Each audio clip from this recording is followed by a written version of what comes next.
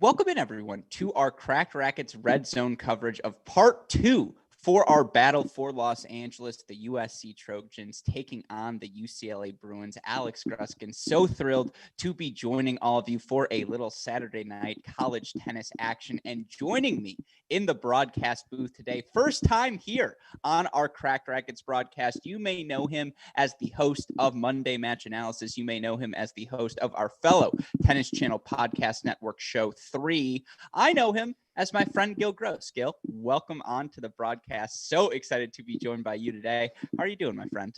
Great to be here, Alex. Thanks for having me. Looking forward to a great match, and I'm doing great. We're going to push back the coffee time. I know it's late, but I still have a coffee. That's good. I'm glad you got that additional cup in you. And I'm not going to lie, I woke up this morning and super producer Daniel Westoff, who's on the ones and twos, as always, can attest to it. Even beyond the matchup, which of course we'll talk about, it's going to be a fantastic day of tennis here on our stream.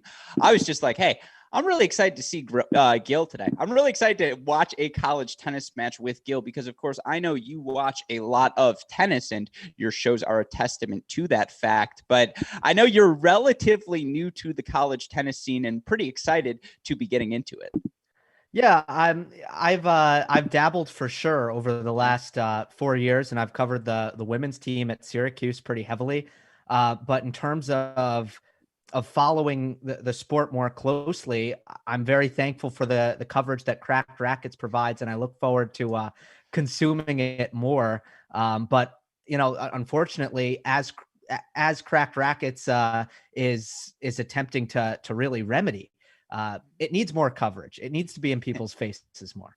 Absolutely. It's such a high level of tennis. And so frequently, whether it's the most notable examples on the men's side, Kevin Anderson, John Isner, on the women's side, you have people like Danielle Collins, who obviously has had so much success. I can list on and on and on if you guys want to hear it, but college tennis works. I think it's something like 19 former college tennis players right now in the top 200 of the ATP rankings. And certainly when we look on our hands today, we have two of the most well-storied programs in college tennis history, two teams that when they play, it doesn't just impact their conference, it doesn't just impact themselves, but often national implications whenever the Trojans come against the Bruins. This is matchup number 3 for them on the season, Gil. We've got a fun one on our hands tonight. You don't need to be Bill Walton to know that UCLA USC is the greatest rivalry in all of college tennis. 21 championships on the USC side, 16 on the UCLA side, but it's almost like, and Gruskin, I want you to weigh in on this. Is it kind of like the slam race at this point, since UCLA has won 5 of the last 6 and it's kind of catching up to the Trojans or the Bruins? Well, since it's a USC home match, I won't feel as rude saying this, although a huge thank you to our friends at UCLA. We had the chance to broadcast their women's team's comfortable victory yesterday over the USC Trojans. They won that match, clinched 5-0 in about an hour and a half. I will say for the UCLA men, while they're always good, they're a top 5 team, top 10 at worst, they've fallen off in terms of national championship contention over the past decade. Really, I would say the past decade more than anything else. It's been that Virginia USC rivalry that, propelled so much of the great college tennis we saw in the 2010s. But UCLA is always in the mix. I can hear my friend Carousel in the background getting mad at me. There was a team of Carousel, who was playing 5 singles at the time now, hitting partner for Naomi Osaka, was a top 400 player in the world. To have him at 5, and it was Clay Thompson, who is the number 1 singles player in the country, at 1, not Clay Thompson banking threes for the Golden State Warriors. Clay Thompson serving and volleying, doing hilarious things. And then it was Marcos Giron, now a top 100 player, at 2. It was Mackie McDonald, now a top 100 player, at 3. It was Gage Breimer, who was the number 2 freshman in the country and hadn't torn his ACL yet, playing 4 singles for them. And so I say UCLA hasn't. The reason I say no, it's not the Grand Slam race, is because UCLA's fallen off a little bit, but they're the class of college tennis. What these two programs are doing set the standards for what it takes to be a top 5, top 10 school.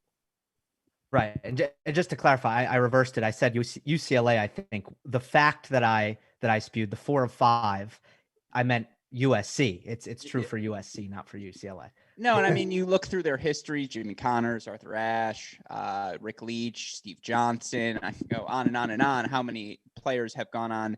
I didn't say it was the 2012 USC team, the one that won the 4-peat for Steve Johnson. Then they won 5 in 6 years. And it was, on that team, you had Steve Johnson, top 100 player, and then 2 singles, Ray Sarmiento, top 300 player, 3 singles, Daniel Wynn, top 300 player, Emilio Gomez, top 200 player, at 4, Yannick Hanifman, top 100 player, at 5, and Roberto Quiroz, top 200 player, at 6.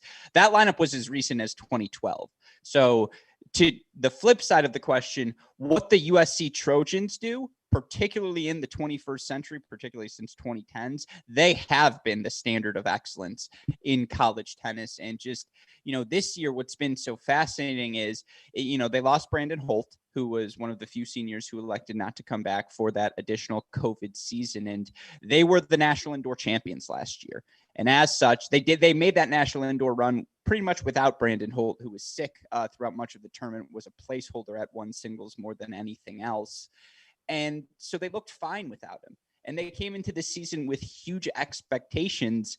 And then they lost all 3 of their matches at the national indoors. And so it's interesting now. They're outside of the top 10. They're, I think, 13-6 on the season, something like that overall. 16-6, 4-2 in the Pac-12, 15th in the computerized rankings, but in the new coaches poll, which we can get into at some point, they're 13th.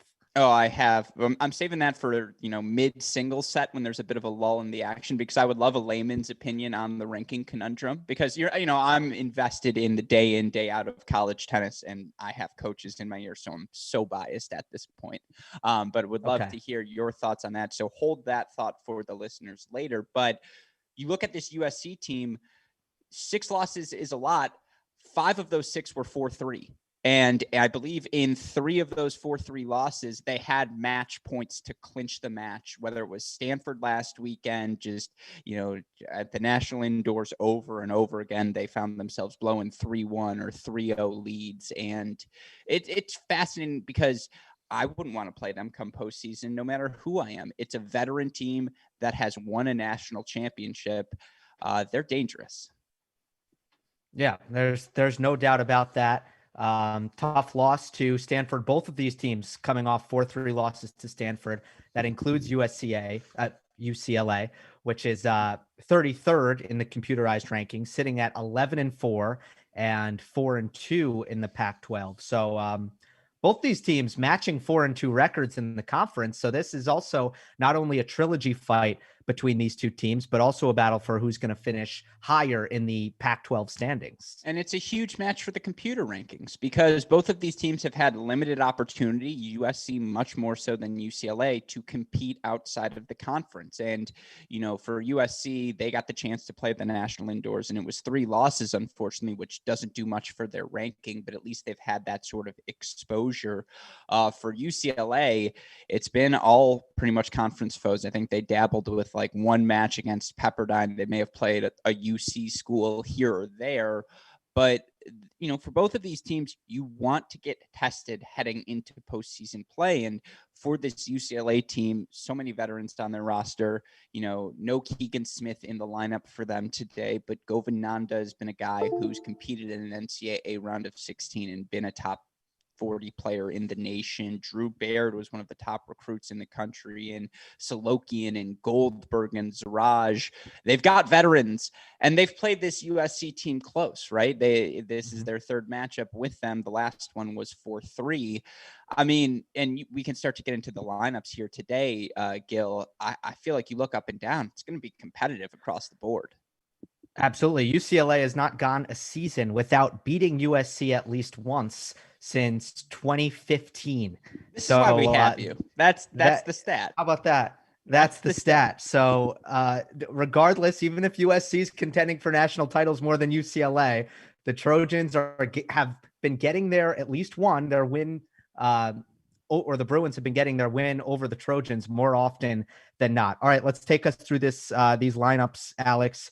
Starting with the number 1 doubles, number 5 team in the country for USC, Daniel Cookerman and Riley Smith, taking on Drew Baird and Govind Nanda of UCLA. Yeah, I mean, Smith and Cookerman have been the standard setters in college tennis for the past season and a half now. And I go back to last year's national indoors where it was 5-4. They were trailing at the number 1 doubles position against North Carolina. It was the national indoor championship match. There were 5-4 Carolina, 2 serves on the racket of Will Blumberg, who college tennis fans will know is the number 1 player in the nation, certainly one of the best doubles players in the nation as well. And they got the mini break on both serves, and then they served it out 7-5 to give USC the all-important doubles point that likely clinched them the match. And for this USC team, regardless of the injuries they faced this year, they have faced many. They haven't seen a healthy More Bullis at all this season, and they were expecting him in the lineup, and that's been critical. But in Smith and Cookerman, there have been no concerns, right? I mean, these guys are, I believe, 14-2 on the year. For all USC matches, you enter them and you think, all right, we're going to win number 1 doubles. We just got to get one more. Absolutely. That team 14-2 on the season. On the UCLA side, Baird and Nanda, a relatively new group, just 2-3 on the year. And notable, the absence of Keegan Smith not available for the Bruins today. Moving down to number 2, for USC, it's Stefan Destanich and Bradley Fry, undefeated on the season, taking on Roscoe Bellamy and Matthew Salayakin. Yeah, and I appreciate you bringing in the fact relatively new team again. the reason we have Gil on the broadcast, I need to know what it's like to be a professional, and Gil is the professional's professional. So, don't let his youth fool you. For Baird and Nanda, that team's new because Govind Nanda spent January and February training alongside of Jensen Brooksby and some of the other Northern Cal crew because he's got pro aspirations. And so don't let inexperience record-wise fool you for broader inexperience. Nanda, again, it's his second year on the job.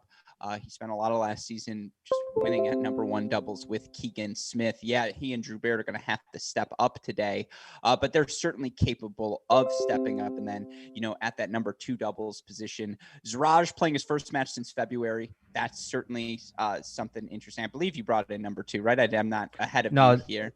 I am. He's at number three. Yeah. Oh, he's at number three today. Okay, so they skipped around a little bit. Yeah, I mean, look, this UCLA team took the doubles point the first time these two teams play. They believe they're capable of doing it. On paper, 1 and 2 doubles, you lean heavily towards USC, but UCLA's got talent. Yeah, no, I'm sorry. I do. You were correct. It's Zarage and Pereira at second. I previously said Bellamy and Tsalayakin, but that will be the team playing third for UCLA. And that's a reflection of Keegan Smith's absence, by the way, which, again, we're waiting for UCLA to report that. We don't want to report on anything until anything's confirmed. But that Pereira was playing number one doubles with Smith. They had a ton of success. Keegan Smith is your reigning NCAA doubles champion back with Max Cressy in 2019. When you don't have Keegan Smith in the lineup, that's going to impact everyone. But Pereira is a guy who doesn't matter who he's partnering with. You fear him on a doubles court. Absolutely. At number 3 for USC, Ryder Jackson and Lodwick Weststraight taking on Patrick Zarage and Bryce Pereira, Roscoe Bellamy and Matthew Tsalayakin. Well, this is the spot, though, for the Trojans. They've been most vulnerable, and this is where the absence of Morbulis is most reflected. They're like one player short in doubles, and they're 6-9 at the number 3 doubles position in total. They just haven't found a duo that's found their rhythm. Now, I think Fry and Destanich are 10-0 on the season, I believe. And you can correct me if I'm wrong there, Gil. Correct. I think they're undefeated. And, Smith and Cookerman, as you mentioned, 14-2. So you know what you're getting at 1 and 2, and that's been okay for the Trojans. They've been able to get by, but once you face the NCAA tournament, number 1 doubles is always a toss-up because all of the guys in the round of 16 at the top of the lineup are good. Depth is going to be the key, and the Trojans are vulnerable at 3.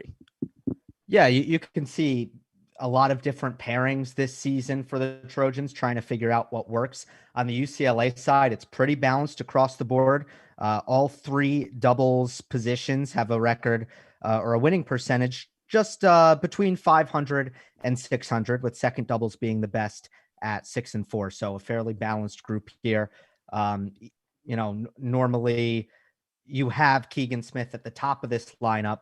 But still USC or UCLA, a lot of strong doubles players and good records across the board. No, absolutely. They've always prided themselves on their doubles, and injuries have been a huge thing for the Bruins all season long, whether it's, no Keegan today, but they've been without Zarage. They were without Nanda. They were, without Baird for a little bit as well. And so there are a ton of different options available for the Bruins, thankfully, because a UCLA team is always going to have great depth. They're always going to have a ton of talent on their rosters. The question is, how does that talent compete today? Because, of course, USC's the best of the best. I think if you're the Bruins, the biggest hope is that Govind Nanda is going to make all the difference, because in the previous 2 meetings between these 2 teams, UCLA did not have his services. As you mentioned, he was training with the pros and ultimately did decide to come back. So he steps in at number 1. And also Zarage, he hadn't played. He had been out with injury since the second UCLA USC meeting about a month ago in February. So UCLA, that they do add some pieces here, despite losing their top gun and their best player. Absolutely. And we're going to bring on court number 1 now. Super producer Daniel Westoff, if you can bring that onto the YouTube feed. Players not quite on court yet, but they're getting ready to get on court, I believe, much like we had yesterday in UCLA, USC. A little senior day festivities here on these courts in LA to kick things off. So it's not going to be an exactly 7 p.m. start, but we should be ready and get on court about 7:01, 7:02, 7:03 now. Something we have alluded to before, third matchup between these two teams. The first 2 times they've played, it was UCLA taking the doubles on the kickoff weekend. It was then USC taking the doubles point when they played at UCLA. In terms of the matchups, completely different matchups across the board as their last 2. In the first matchup, I actually think there's not a single repeated matchup from any of the matches these teams have played. Destanich and Jackson now going to be at that number, Destanich and Fry at that number 2 position now. That's a different team for the Trojans. Sand and Weststrait at 3, a different team.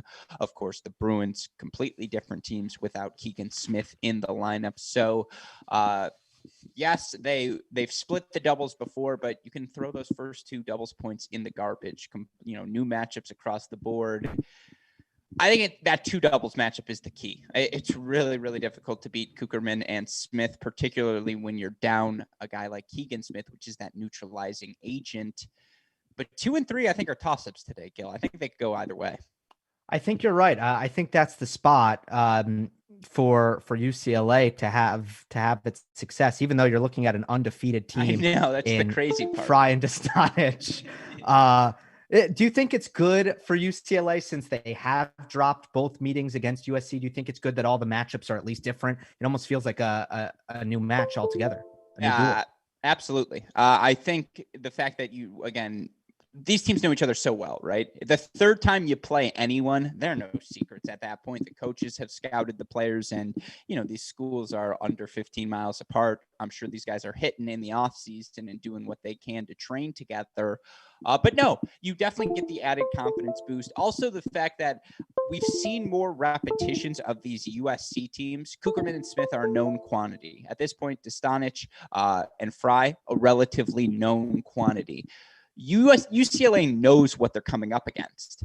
For USC, it's a little bit more up in the air. Like these players individually, you haven't seen them play together as a team. And we can see now on court, by the way, these teams huddling about to cheer. So they are about to get their match started. But yeah, no, I would say it probably benefits UCLA. It's also like, you've beaten us twice. Like, what do we have to lose today? Like, let's just go out there. Let's play a match. Billy Martin, head coach of UCLA, says, I've always said if I have to get my guys up to play a USC match, something's wrong. Yeah. He did admit that USC has some momentum after beating them the first couple times, but hopefully payback could be a motivator for us. So that's straight out of Billy Martin's mouth, that the payback is for real. Normally it doesn't matter. USC is USC and everyone's going to be fired up.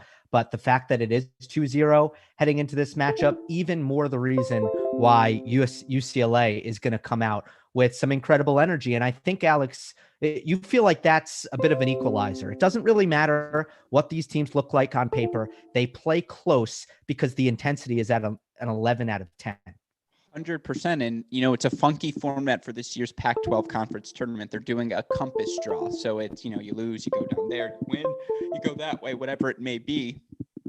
And for both of these teams, starting point in that compass draw is going to be crucial, because if you want to be a top 16 host, and UCLA, by the way, we have the list of schools. I can't get into the list of who the 20 are. I can tell you that UCLA is not one of them. I can also tell you that USC is one of them. And for the Trojans in particular, they're on the bubble of being one of those 16 host schools. And, there's probably going to be one out west, just because geographically there needs to be a Western-based region for these schools to travel to.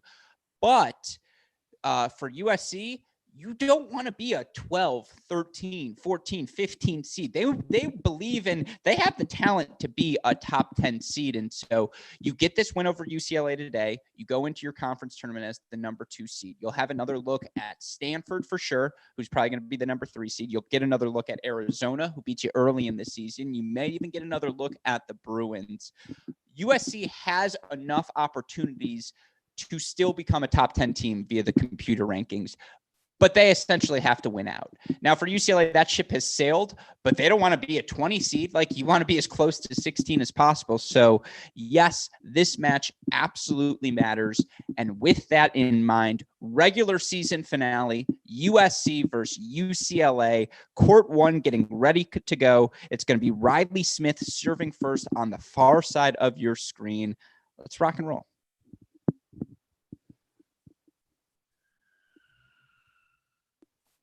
Getting us started off with the Bruins on the near side. Govind Nanda playing on the deuce side. Drew Baird playing the ad side.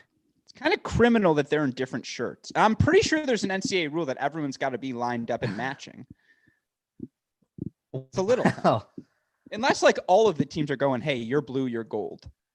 Yeah, no, I mean, I'm with you. I have not seen the differences of shirts within one squad. So that is a new one. Like, I didn't do my laundry, coach. I'm sorry. Yeah. That's one that I would pull, Alex. I once went to a match without my shoes, had to go back. Yeah. Did you say, have Baird and Nanda played together this year?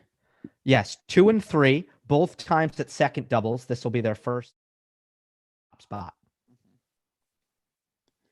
2 and 3 overall as a pairing. And so to see them at that number 1 line, again, it's a direct product of the absence of Keegan Smith, but indicative of the belief of Coach Billy Martin, right? You see that forehand down the line. You put a talent like Govind Nanda on the court and you just roll with it. Mm-hmm.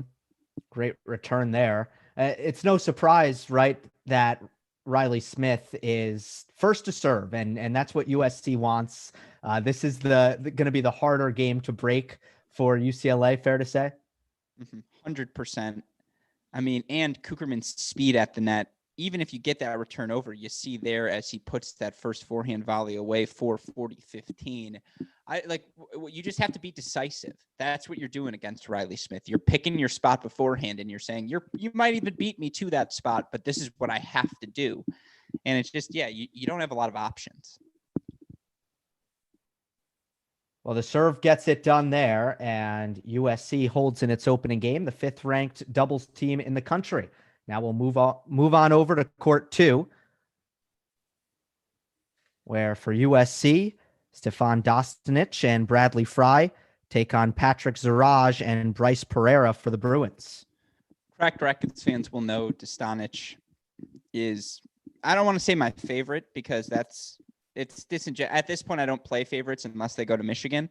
But of the many talented class of 2020 freshmen that 2020 senior class that entered, or 2019 senior class that entered college tennis last year, Destanich has always been the guy for me. You watch him play for 2 seconds and the ball just explodes off of his racket. And it's not that he doesn't have that lengthy build. You know, he's not that fluid Zverev, Medvedev, 6'4", 6'5", 6'6" type, but he's 6'2", just seems to just drive through, or at least he plays like he's 6'2", just seems to overwhelm opponents with the heaviness of his ball on top of the baseline. He and Fry, that's an aggressive 2 doubles team. Yeah, Destanich from Irvine, California, a sophomore, went to Woodbridge High School, and in his junior year at Woodbridge, he went 78-0. And at that point, you don't come back, right? You can't come back to school as a senior. Once you go 78-0, that you're done. I think there's a rule. You are not allowed to play high school tennis ever again. I think Jack Sock was like 102 and like 3 or something crazy. And all 3 of those losses were like he played left-handed or something stupid like that. And it's just like, it's not fun for everyone else. That being said, my Great Shot podcast co-host Max Rothman also played California high school tennis. And there's nothing more annoying than hearing him talk about it, because it'd be like, oh, dude, the quality, you don't even understand. It's like, all right, I'm like, get out of here. Well, What's most of these sorry, go ahead. players are from California. I mean, you look at some of the ACC schools, for example, and you see they have to recruit far and wide from different areas in the country. But when you're UCLA and you're USC, you have a beautiful talent pool to pick from right in your home state of California. No, I mean, I think we've seen like 7 different members of the Smith family on these 2 rosters over the past 5 years alone. So like one family supplying the goods, and then and the best part is not only, there's a ton of great Los Angeles tennis talent, but you get to see such high quality college tennis. So when they're growing up, they're exposed to this match, this rivalry, and this energy. How could you not want to play college tennis after that?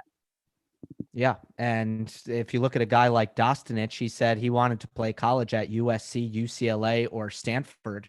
So he was not leaving the Southern California area. That's for sure. And he was good enough to play at one of those elite programs. It ended up being USC. Yeah, 3 great options, right? Everyone's had that conversation with their friend. If you're a sports fanatic, like where would you go if you had the ideal recruiting treatment? And in the circles I run in, the answer is usually Stanford. It's like, yeah, I'm going to Stanford. I'm going to Palo Alto. I'm gonna get a ridiculous education and enjoy myself. USC is not a bad alternative either. Mm-hmm. Double break point here for Destanich and Fry after holding in their opening service game. I think that score's flipped. I think it's 40-15 Zarage Pereira. Oh. I think they just flipped it back. Gotcha. No, they screwed it up because I saw the flip as well. Mm-hmm. And I was like, I think Pereira. I think I saw him win 2 points. I was like, something's off here. Yeah. Well, on that note, we are knotted up at 1 at second doubles, and let's check in on court 3 with our third doubles matchup. Ryder Jackson and Lodowick Weststraight of USC taking on Roscoe Bellamy and Matthew Tsalakin of UCLA. This is an interesting duo for me because they've played a little bit already this year. I believe they're 2-1 on the season, are Weststraight and Sands, the number 3 doubles team. But it's only their 4th match. And, these are guys who have been staples of the bottom half of the singles lineup. But Coach Macy has continued to play around with number 3 doubles, whether it's, Coulter Smith, whether it's Sean Holt, whether it's, Ryder Jackson, or, in this case, Ludwig Weststraight, Jake Sands. When you keep playing around and we're in late April, that means you haven't decided. That means no one stood out. And you have the additional pressure of this being a rivalry match. But then there's that pressure of, hey, I kind of want to keep my spot in the lineup.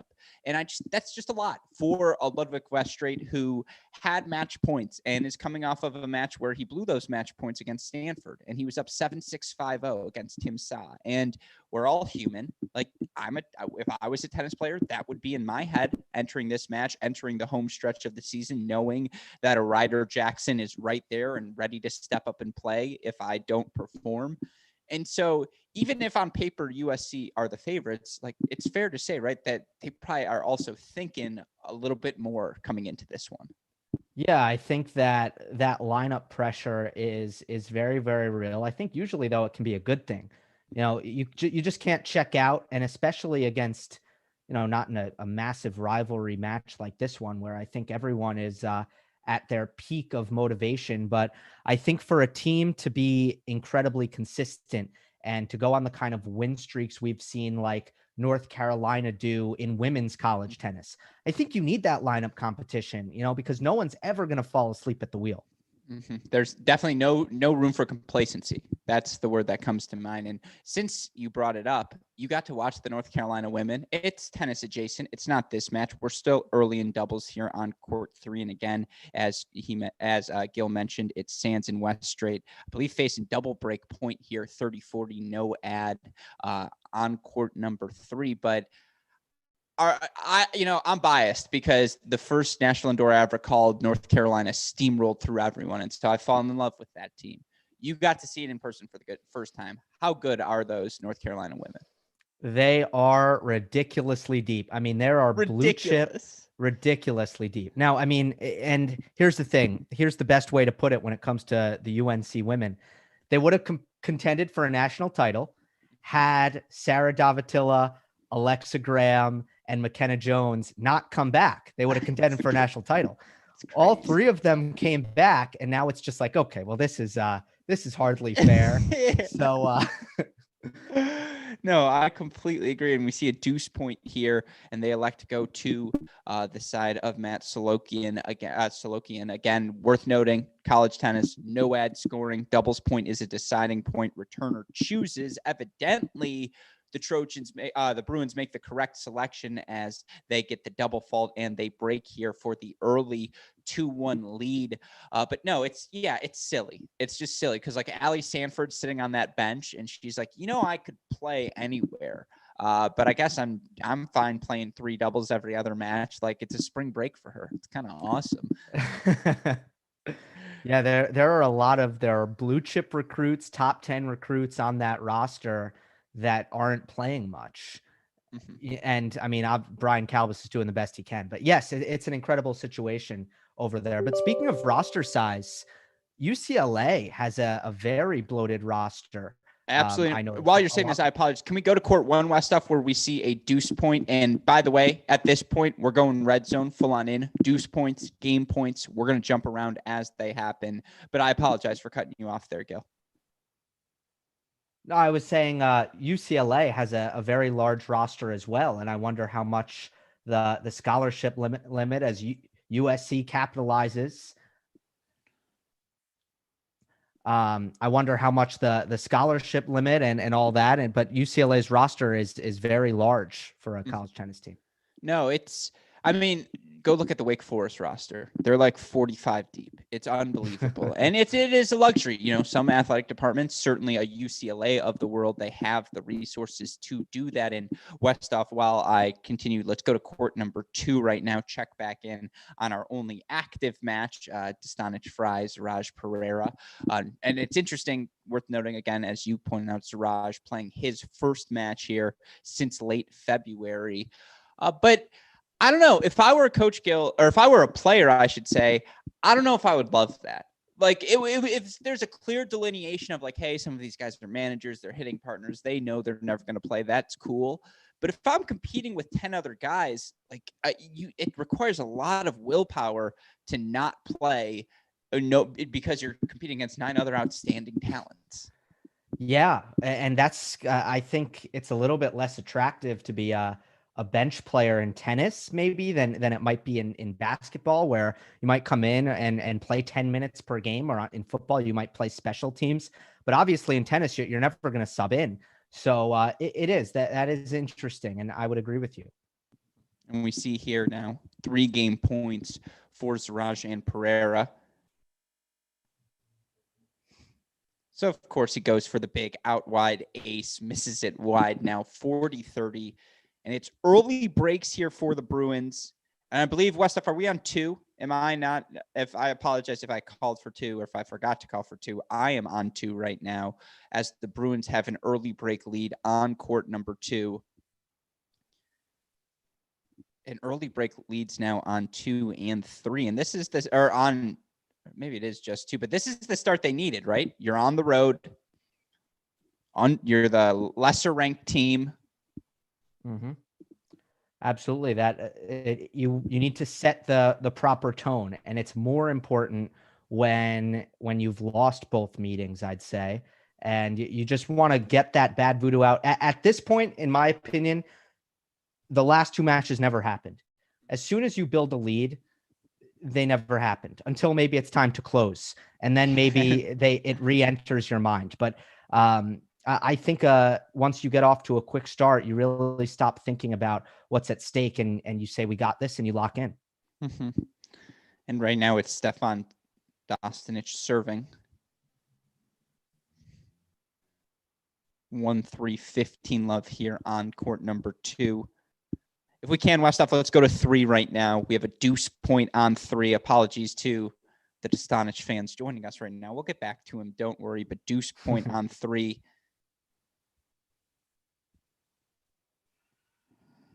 How about that?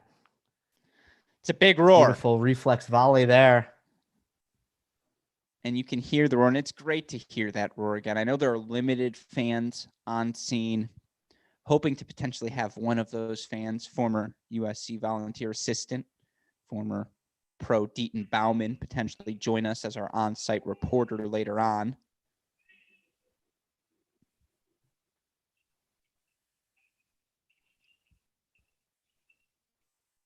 But UCLA now with breaks on courts 2 and 3, Gil.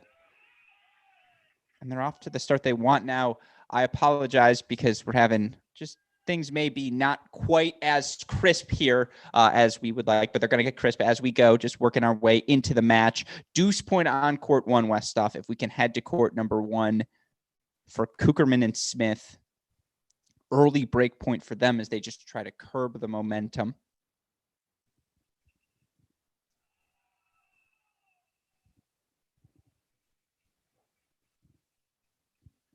Govinanda serving on the near side of your screen. I guess they want low angle here. Beautiful volley by Baird. Got that so deep in the court. Hit it by him, even though Cookerman was on the baseline. Still got it by him right at his feet. And it wasn't a shock to see them go to the Cookerman return either. He's the guy who you're just, he's going to make that return. He's going to put it on the body. But to your point, yeah, Baird answers the question so well. So 2-all here on court 1, our only court on serve. I'd be playing 2 back against Riley Smith as well, right? That's an easy decision on the first serve. Yeah, a no-brainer. You want to try to play some defense off the bat. It gives the returner a chance to maybe use the continental grip if you need to, where if you give the net player a low volley, you're still in the point at the very least. 100%. If he hits that dropper on me, good volley by you. If you can take away all the speed of my return and just, neutralize that ball, I'm going to lose to you because you're a really good doubles player. But I very much agree with your analysis there. Again, 2-all. Cookerman misses an easy volley, but you saw midway through that point that Riley Smith is more than a serve with that half volley coming in on a very strong second serve return. Very soft hands by the big man. Absolutely. And if we can, I know we're minimizing rhythm here, but we've got 3 more break chances for the Bruins on court 3, Westhoff, Solokian, and Bellamy, all over the duo of Sands and Westrade. By the way, that court 1 booty shot cam, that's not us. That's the USC just decision. They want to show off those derrieres of their players. So we apologize if that's a little low. But again, on court 3 now, it's Solokian and Bellamy, and we might have just missed it. I apologize, and I apologize to you, super producer Daniel Westhoff. You're going to jump around again here. Double break 4-1 lead. Where are we going next, Gil? Where's the action heating up? The action is on court 2, still on serve here, but I believe, it's not telling me who's on the live stats. I'm not seeing who's serving. Because I think they keep screwing it up is the problem. It's just a little bit off. Like, again, it's just an early glitch here right now. I think that the chair umpire is just a little bit off. I believe it's UCLA serving. I believe that's 30 Bryce all on Pereira. court 1. Yeah, I believe it's Bryce Pereira now. If we can, though, stay on 2. I think it's Love 40 now in this Pereira service game. And so it's UCLA up a break 3-2 on 2, but now down quadruple break point. Trojans making their move a little bit back. You're always going to get punched in college tennis. The question is, how do you respond to that first punch? Trojans making their move.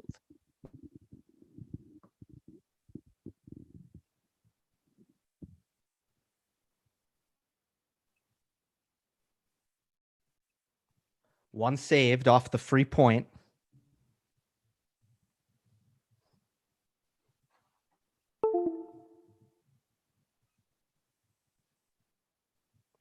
Bryce Pereira, a double specialist for the most part. Near side of your screen serving. And sets up his partner very nicely there. Patrick Zarage with the put away. And the Bruins are 2 points away, halfway there from climbing out of this hole and maintaining their break advantage. I love the I-form decision here, Gil. I'm a big I-form proponent of the I-form. Yeah. Why? It's just easy. It's a clean look. You get a clean look at a serve, and then you can follow the ball. You're on top of that net, and it does put that additional pressure on the returner because standard position, you see the space, you know where you're supposed to go. I-form, it just causes that doubt. And doubt is the last thing you can have in doubles. Doubles is all about being decisive, making your choices beforehand. Now, against a decisive returner, I-form's tough, but you see it here. Back-to-back I-forms, deuce point for the Bruins now would be big if they can get themselves out of that love 40 hole. Is that a bit of a disputed call? It was a body serve by Pereira, and it's called out. It looked like he wanted it there. Yeah, good choice. Just love that.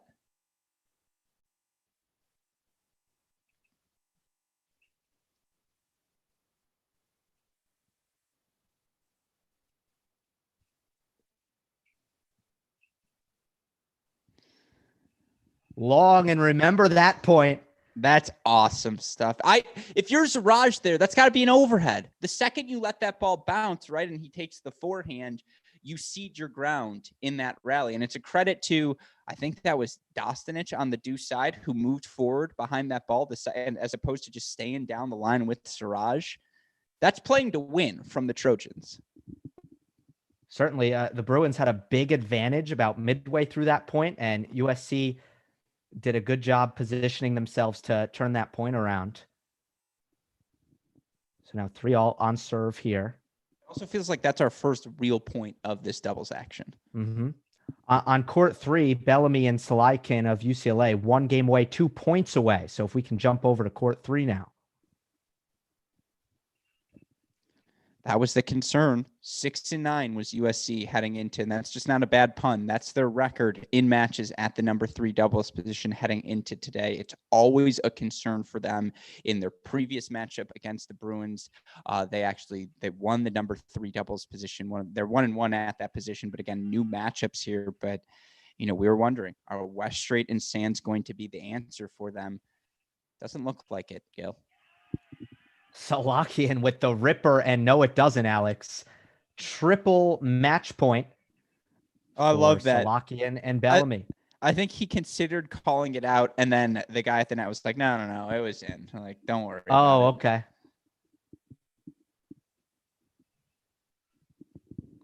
And we're going to be seeing Bellamy today in singles as well. This would be huge for his confidence. Just start the day off with a win. Well, not so fast, says this USC squad. That one's on me. You're looking to set it up. Yeah. Matthew Salakian, the 6'1" junior from Glendale, California, on return, near side.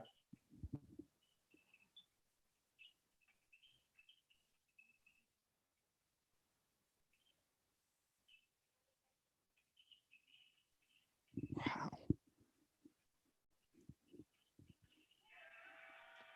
And there it is.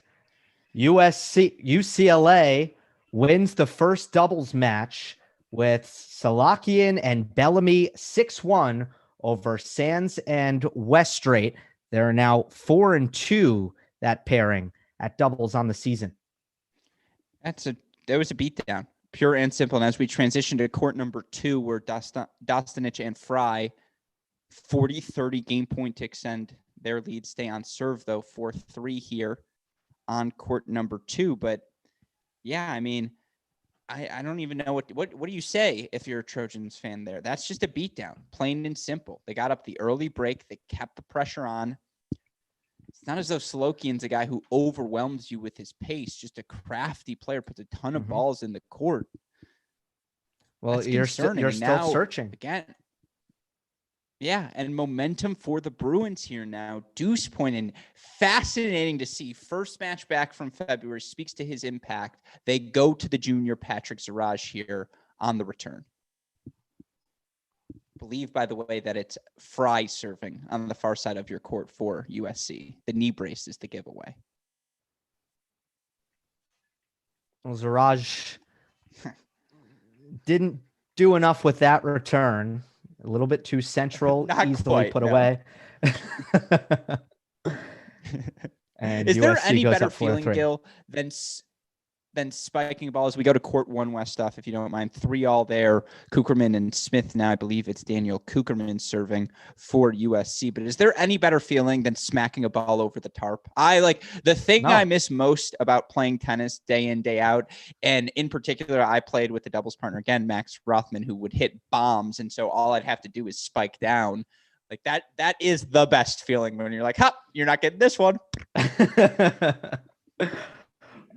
No arguments here. That is the best feeling. There is no better feeling. Absolutely. And so again, on court number 1 now. So I feel like I've seen a lot of different shirts on the Bruins. Yeah, you know what? I'll say this. They're doing it on multiple courts. I can live with that. If it's a thing across your lineup, I can live with that.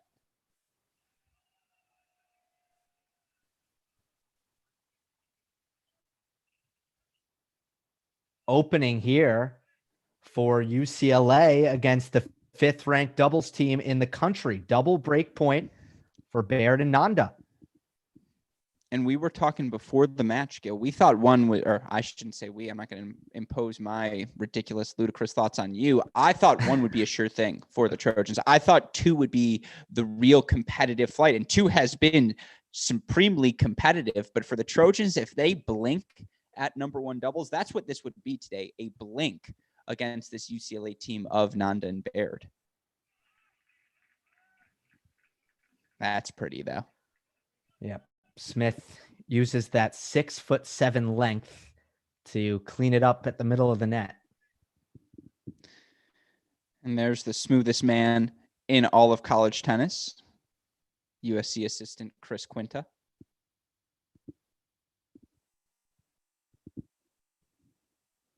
I didn't realize it, but I've actually been recruited now to be a USC fan in the midst of talking to him. He was like, "Oh, you root for us now, right?" And I was like, I guess. And I was like, "Yeah, no, you root for us." That's a good move. That's a good move. It's like the Jedi mind trick. Exactly. Cookerman comes in behind his second serve, and he gets Baird to press on that return a bit. And I love that decision from Cookerman. I say it all the time, playing to win, Gil. That's playing to win, right? Mm-hmm. Being the aggressor even on the second serve. Big deuce point here. Not a shock at all to see UCLA elect to take it to Nanda.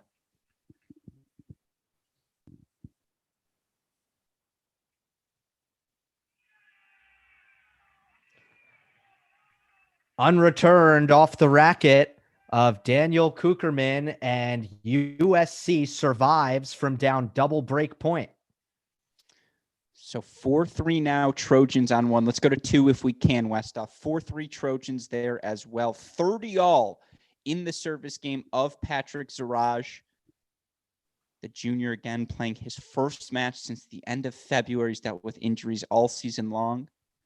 And he misses the volley in the net. Believe Dastanich's backhand hit the net tape, threw things off a little bit, but now double break point for the Trojans. I should say I gave a compliment to USC assistant Chris Quinta, who I'm a big fan of. Also a huge fan of UCLA associate head coach Rick DeVillers, who has been far kinder to me than he needed to be throughout his time, especially since I'm probably butchering the pronunciation of his last name.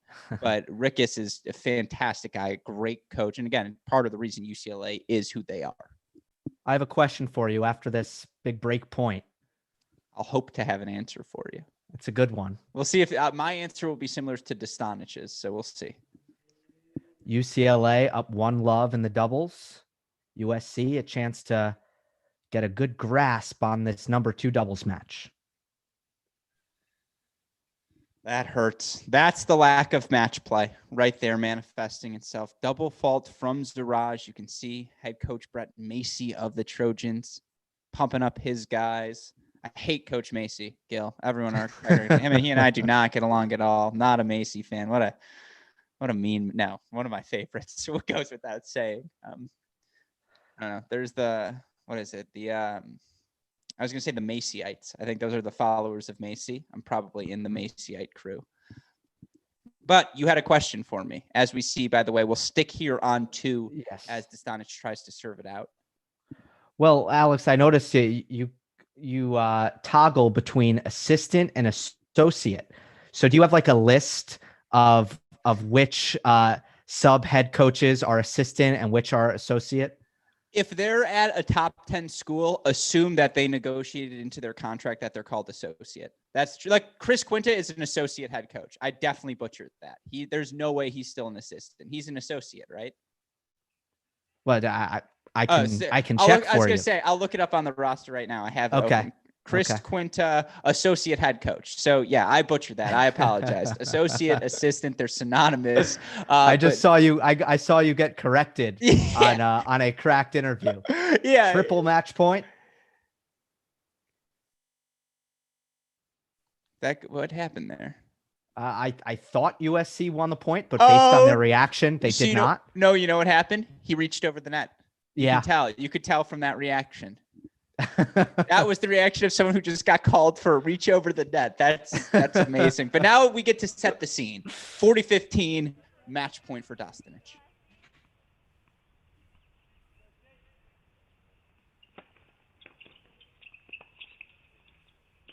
Oh. Ripper down the line.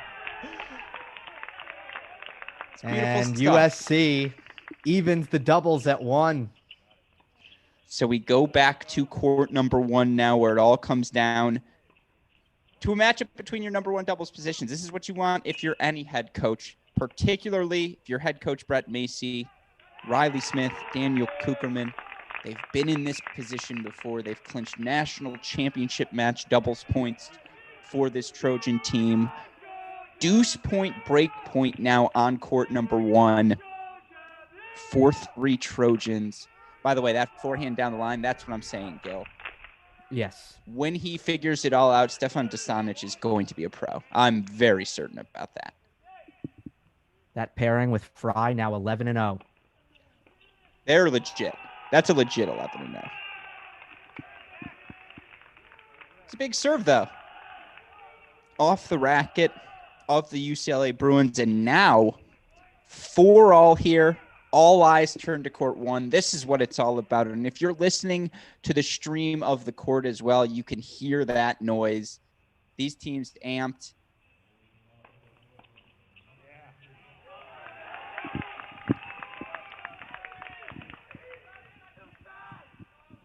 By the way, I'd apologize for being rude. If you see me looking down on the stream, it's because we're trying something new. I'm watching this on the iPad.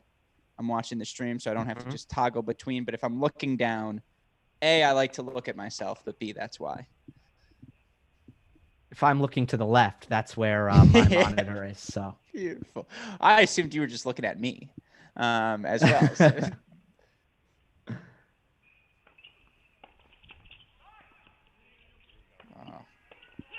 Well, we mentioned earlier, Alex, that this is the most difficult combination to break USC, with Riley Smith serving and Daniel Cookerman at the net. And USC will, if they hold here, apply the scoreboard pressure on UCLA. Any break point will be a set point.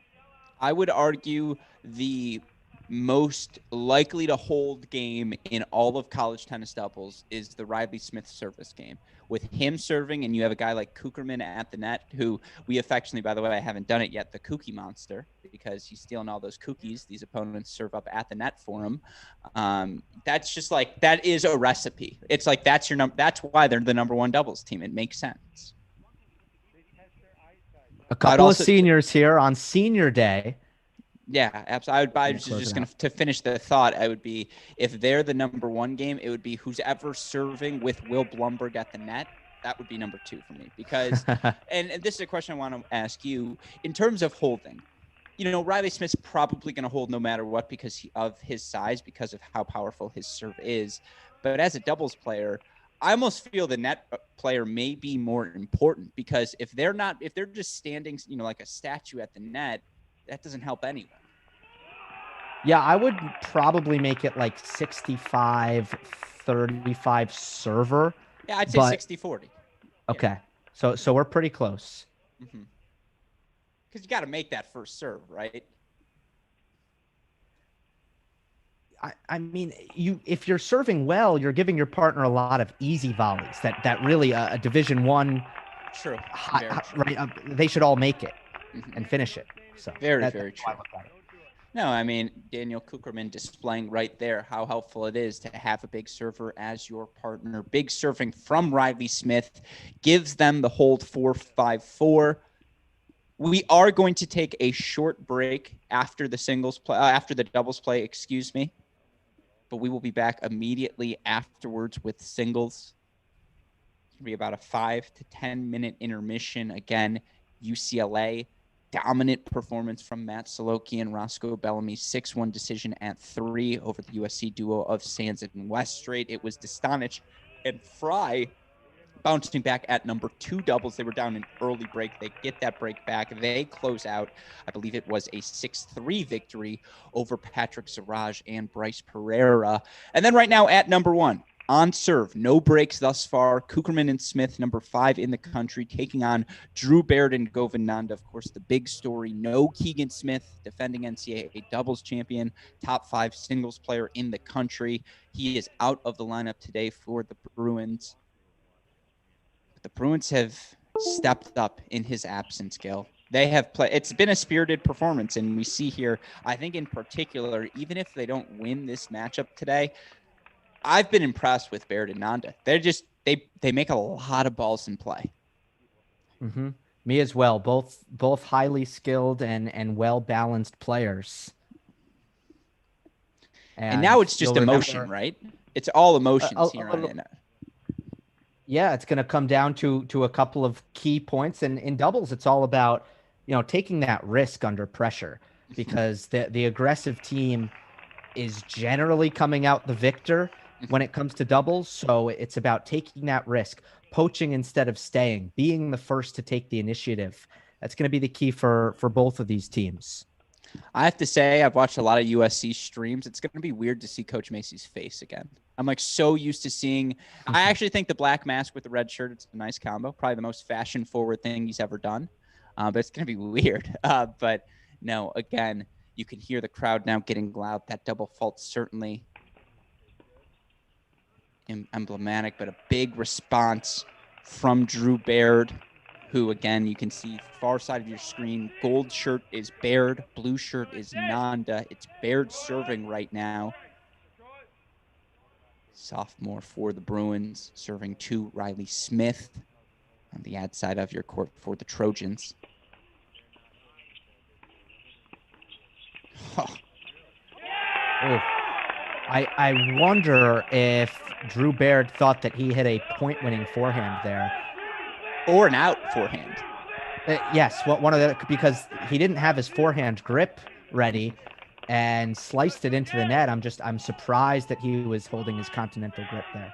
Shout out to Kookie. That backhand was a half volley, and he drove that like a half inch over the net. Are you kidding me?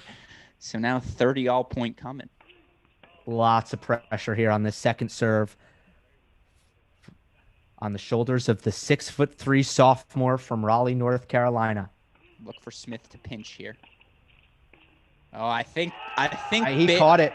Yeah, I think Baird knew it was coming too, and you could see Smith kind of give a little hand signal to Cookerman, and sometimes that's a fake. Sometimes, and these guys are signaling each other always between second serves. But tennis is a body language sport, and you could just tell in the pep in Smith's step he was going there. Yeah, but also the net cord was a good omen 100% for the Bruins, because that slowed the ball down, gave Baird a good look at that forehand down the line.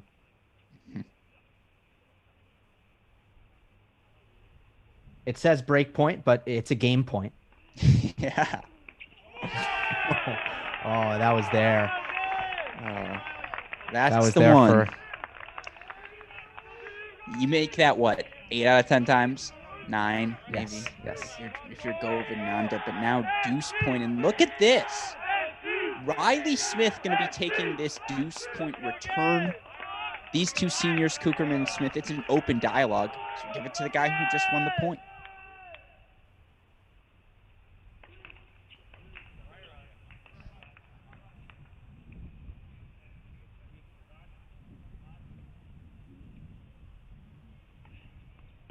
Oh, Okay, serve. Oh.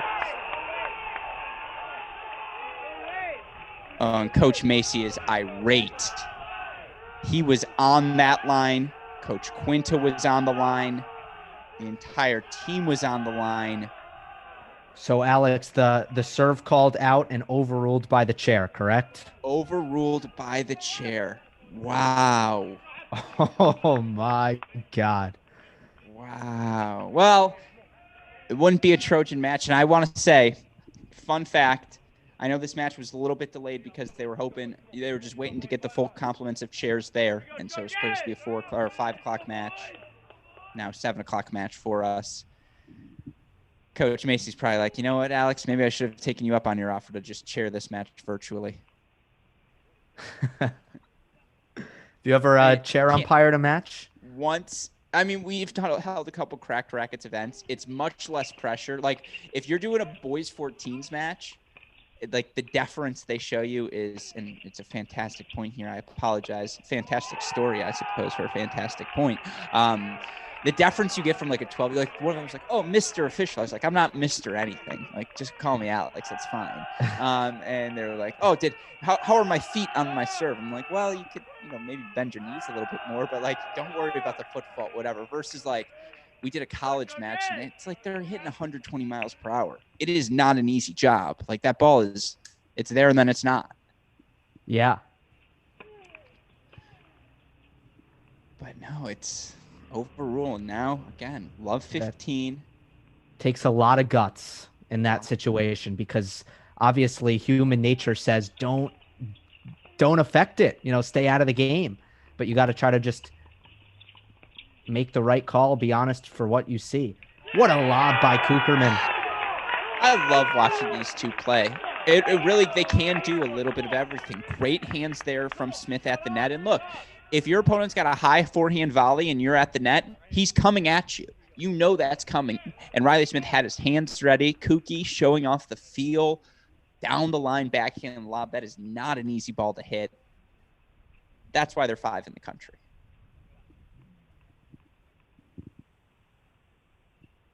Daniel Cookerman from Tel Aviv, Israel. The ace makes it 30-15.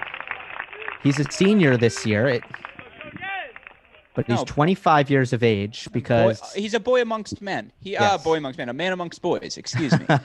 Reverse that. And again, he served in the Israeli army. The man has earned the right to come enjoy his college life and play college tennis. Like, that is more of a commitment than many of us make in our entire lives. But just physically, sometimes he's playing just, again, a different sport than some of these guys. He's just so impressive.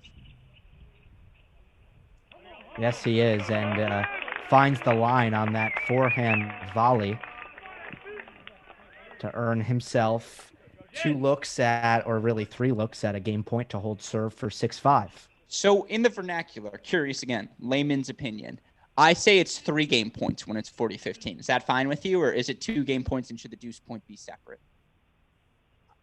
I like 3, actually. I think because I consider the deciding point a break point and a game point. The confidence. I know it's an overhead. I know you're supposed to win the point, but just the confidence that he swung through that ball with.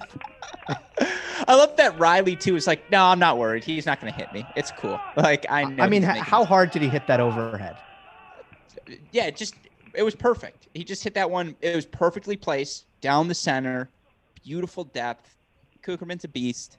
This is, again, 6-5 hold, but you have to give credit to Govananda and Drew Baird, who are just putting pressure on this USC duo. And this is a testament to Coach Billy Martin and, again, associate head coach Rick Estevillers.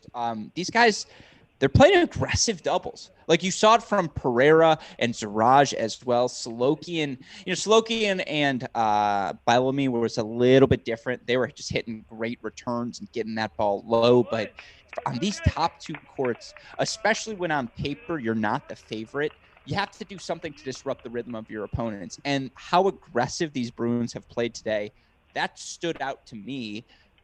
Have you noticed that as well? Because it does feel like they're playing particularly aggressive. I think at every chance they're playing 2 up at the net and trying to come forward. And you you just cannot sit back. You have to do that.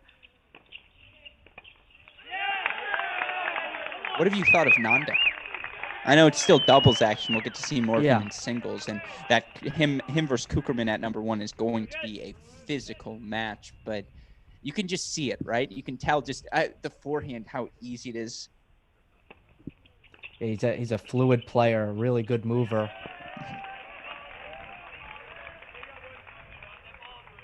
He's not going to overpower you, but he's going to do pretty much everything else. He takes it. He takes what you want to do and is like perfect, and then just redirects everything. I agree with you there. And you saw Smith going for that low middle solves the riddle sort of forehand, blasts it a little long, so now 15 all. I did know a coach, and that was the only thing he ever said. Low middle solves the riddle. Yep, that was it. That was the extent of it. I had coaches with. I mean, I think this isn't going to surprise you that I had a coach who was pretty into being corny. That's where I get it from. So skilled there by Daniel Cookerman to make that first low volley. Nanda ripped that backhand down the line midway through the point, and I thought it was going to be a problem for Cookerman, but he handled it. This is why I'm a bit concerned with Nanda at 1 doubles, because his reflex, his instinct is to be at the baseline, slugging away. Yeah. And 5-6, that's when you start to play instinct tennis. That's where the things you're most comfortable with, you're going with. And it's a credit there. Big serve from him, paired with the cross. I think that volley just painted the line for 30 all. Certainly at this point, Smith Cookerman not going to call anything close either way. But I mean, you look at this team, 30 all here. That would be my inclination. Is we did see Smith and Cookerman are going to be trying to play 2 up. Yeah, and that was a massive stretch volley by Drew Baird. If he missed that, would have been double break point. Beautiful volley there. Mm-hmm.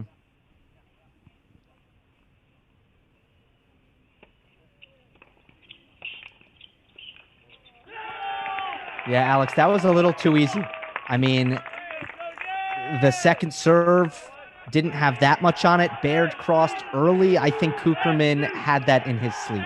I really like the aggressive mindset, but I think there was a little miscommunication there because Baird went, and it did feel like Nanda hesitated for a second. And that, to me, hesitation is the death in doubles.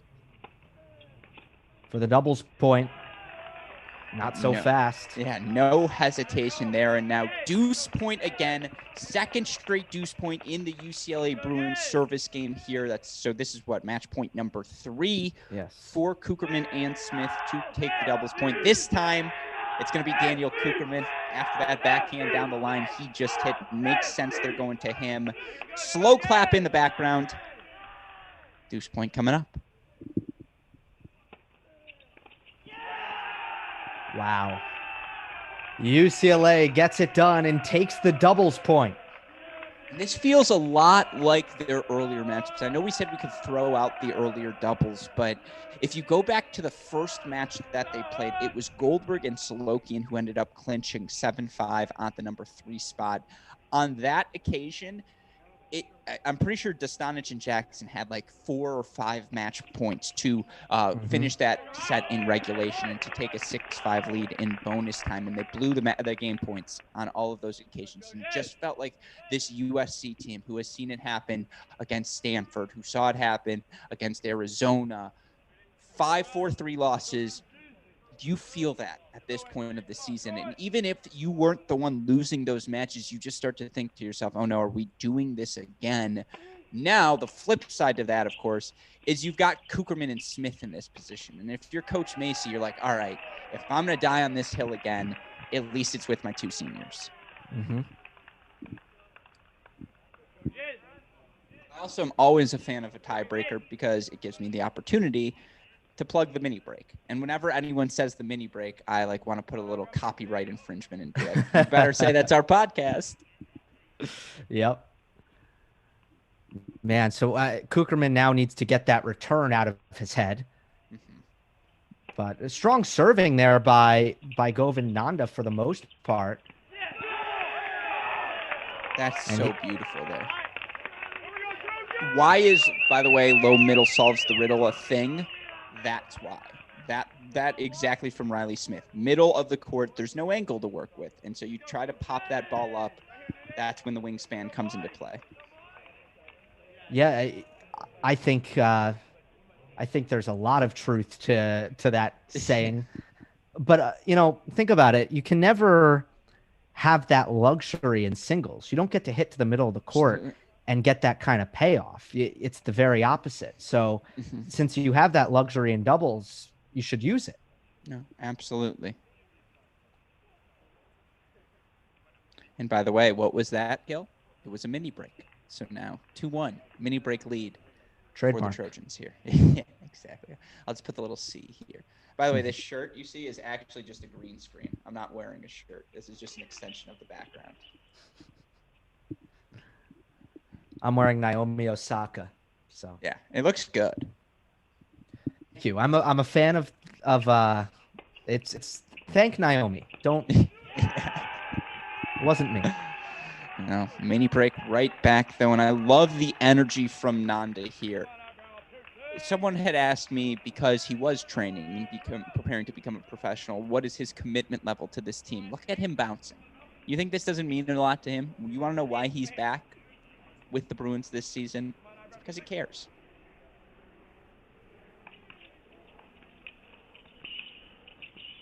Oh. Wow. I love that. I would be fine if they played Let's across the board.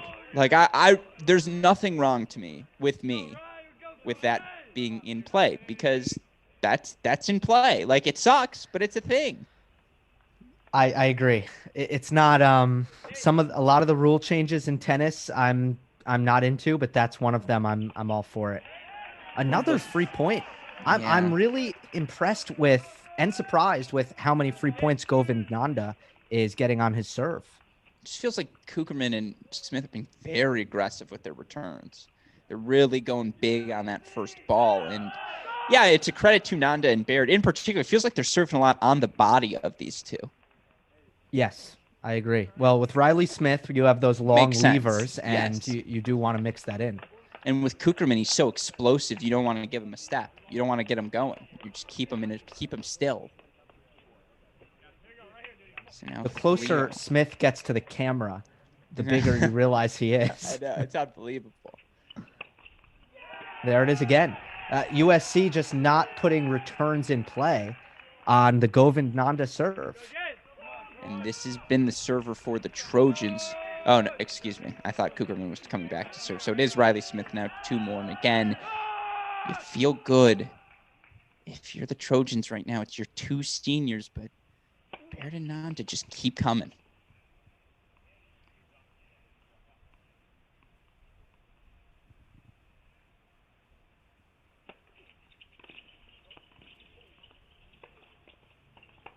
Wow. How big is that second serve from Riley Smith? It is not just the first.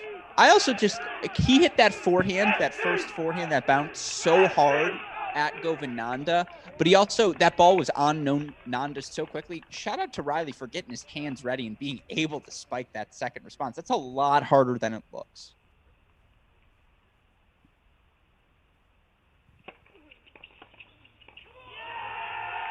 There's the blank.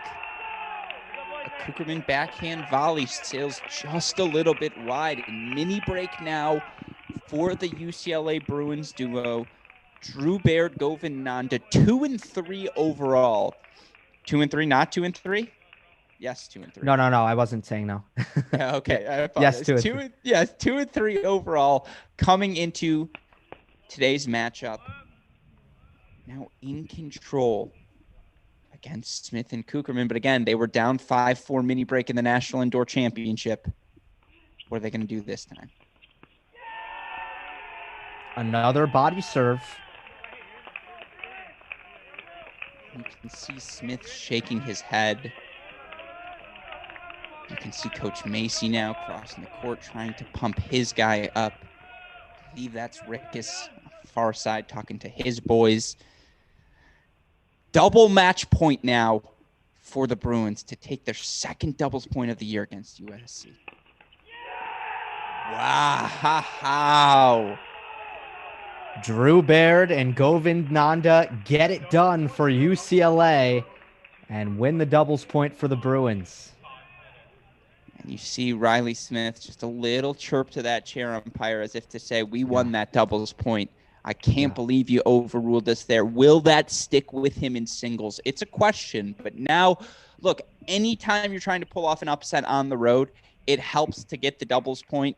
UCLA has done that. Second doubles point for them over the Trojans. We've seen this story before. The last time USC was able to scrape together 4 wins. It's a different story now, though, for both of these teams. Regular season finale off to a fantastic start. Before we take our break, Gil, your final thoughts on this doubles point? Well, I do want to say, for those who may have missed it, match point, deciding point with UCLA on serve and a second serve called out by Riley Smith, overruled by the chair umpire, and therefore the set continued. UCLA ultimately wins it in a tiebreak. Destanich and Fry win it 6-3 for USC, but the first match to finish, and it wasn't even close, was a 6-1 decision in favor of Salayakin and Roscoe Bellamy for UCLA over Jake Sands and Lodwick Westrate. My big takeaway, I'll stick to the first singles because that's what it came down to. That UCLA pairing, they don't have that much size and power, but the spot serving, the coming up with the first serves, and to just find those free points, really key down the stretch against Cookerman and Smith. They just could not make enough quality returns to ultimately win that set. No, this is why you're a pro's pro. You reset the scene for our listeners in case they missed it. As you mentioned, yes, UCLA 6-1 win at 3 doubles, 7-6 win at number 1 doubles. Look, Smith and Cookerman have 3 match points. They had it on their racket. If you ask Riley Smith, I'm sure he'll say, we won this match. But the scoreboard says 1-0 UCLA. That's what it'll be when we come back in singles again. About 5 minutes, these players going to stream onto their courts. We are going to take a quick break, but we will be right back. For my wonderful co-host, Gil Gross, our super producer, Daniel Westoff, I am Alex Gruskin. You are watching our Cracked Racquets Redzone broadcast of USC versus UCLA. We'll be back in about 5 minutes, folks. Hope you stick with us.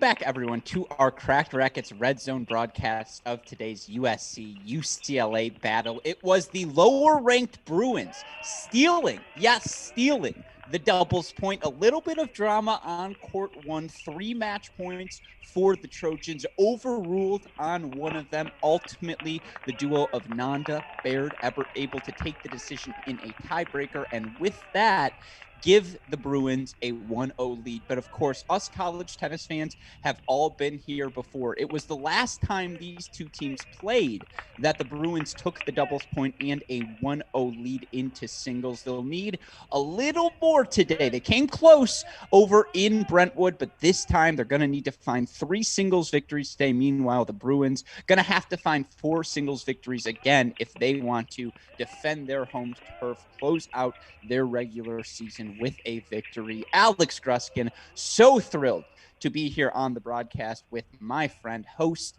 of the Monday Match Analysis, host of 3, the Tennis Channel Podcast Network podcast, and of course, friend here at Crack Rackets, Gil Gross. Gil, the upset recipe for any team on the road starts with the doubles point. The Bruins got that, and with that, they have momentum heading into singles. Yeah, I think you can kind of throw all of the previous accolades of the season kind of out the window at this point. Has USC been better than UCLA? Yes. But when you're looking at a rivalry like this, we just saw the margins are going to be razor thin. And UCLA has beaten USC every single season since 2015. So they are the Bruins are used to having success in this matchup, and it's going to be a really good one moving forward.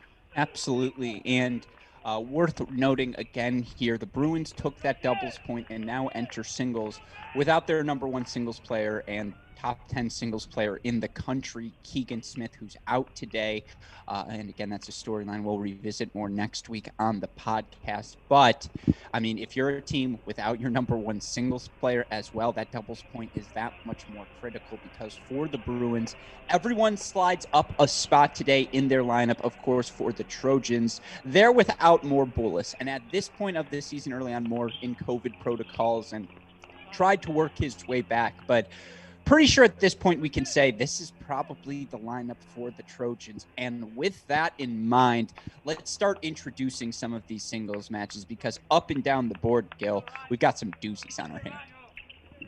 Yeah, absolutely. Govind Nanda, a player who wasn't with the UCLA Bruins at the start of the season, has come back, and we'll get a little bit more into his decision, but he faces the number 43 ranked player in the country, and Daniel Cookerman, sitting at 9-5, a former number 1 player in the nation, and really a resume that can go head to head with anyone in the country at first singles for USC. Yeah, and you can throw Nanda's stats out the window. He's 7-1 thus far at the year, 6-1 at the number 2 singles position. And, actually, I guess you don't have to throw him out the window, because 7-1, that's pretty damn good. But for these Trojans, why are they 16-6? Why are they not the number 1 team in the country? Because a lot of the 4-3 matches they've played have featured Daniel Cookerman losing very close 3-set matches, but being on the losing end of some of the 4-3 decisions they've had. And that, just simply put, was not the case for them last season. And you look for the Kookie Monster, he's 9-5 on the year at number 1 singles, 9-5 overall. He's dealt with some injuries. There's no denying that. And having known him, knowing the team, the situation around it, that's absolutely played into some of those long 3-set matches. Just his serve, not the kick on it, he's used to having. But for USC to win a national championship this year, and let's be clear, they're 16-6, it doesn't matter. That's the goal for them this season. He needs to be that number 1 player in the country that he's capable of absolutely being, but he needs to be a rock for them. And despite the matchup with Nanda, when they drop doubles points, it's that much more important that they get a win at that number 1 spot and from Cookerman. Well, all you got to do is look at the win-loss record. Daniel Cookerman was 26-2 in singles a season ago. So one of now, those losses to Michigan's Andrew Fenty. I was there. National Indoor Semifinals. Just throwing it out there in case the other loss was to Cannon Kingsley of Ohio State. So, you play a Big Ten team indoors. That's an issue. But to your point, sorry to cut you off, his only 2 losses were indoors. We're obviously not indoors anymore. Yeah. Well, how about this, though? He also spent most of his career, despite being one of the best players in the country, playing behind someone who might have been even better than him in Brandon Holt. So Cookerman, although he's very much used to being an elite player in college tennis, playing number 1 may have been a bit of an adjustment. Yeah, and I had a coach by the name of Ed Nagel, 1987 All-American for Michigan. Shout out Wolverines always. He was on a team that featured himself, Dan Goldberg, who was an NCAA finalist in 1987, and then Malavea Washington, a guy who, went on to a Wimbledon final. And growing up, this just shows you this is why I do what I do. Ed would always say, well, the big thing for us was rotating who played number 1, because in 86, Ed played number 1 the entire time, or 87, sorry, he played number 1 the entire time. He was completely burnt out by the end of the season. And he said, he was just taking losses while Goldberg was fresh and went on to a run to the NCAA final. That next year when they introduced Mal into the equation, they would switch up who was playing 1 so that no one would get burnt out. Last year, Coach Macy could do something similar to prevent Holt from burning out, or if he was injured, whatever it may be. Cookerman, you can play the number 1 position. This year, with all due respect to Riley Smith, Cookerman's the guy. He's going to be playing number 1 every time he's in the lineup. And I think we have seen that take a little bit of a toll on him physically this season. Yeah, absolutely. Well, his opponent today is Drew Baird, excuse me, that's not true. His opponent today is Govind Nanda, 62nd in the country on the far side of the screen. The top 2 singles players for UCLA tonight are Govind Nanda and Drew Baird, who played number 1 doubles and won the doubles point for the Bruins over the top 2 for USC in Riley Smith and Daniel Cookerman.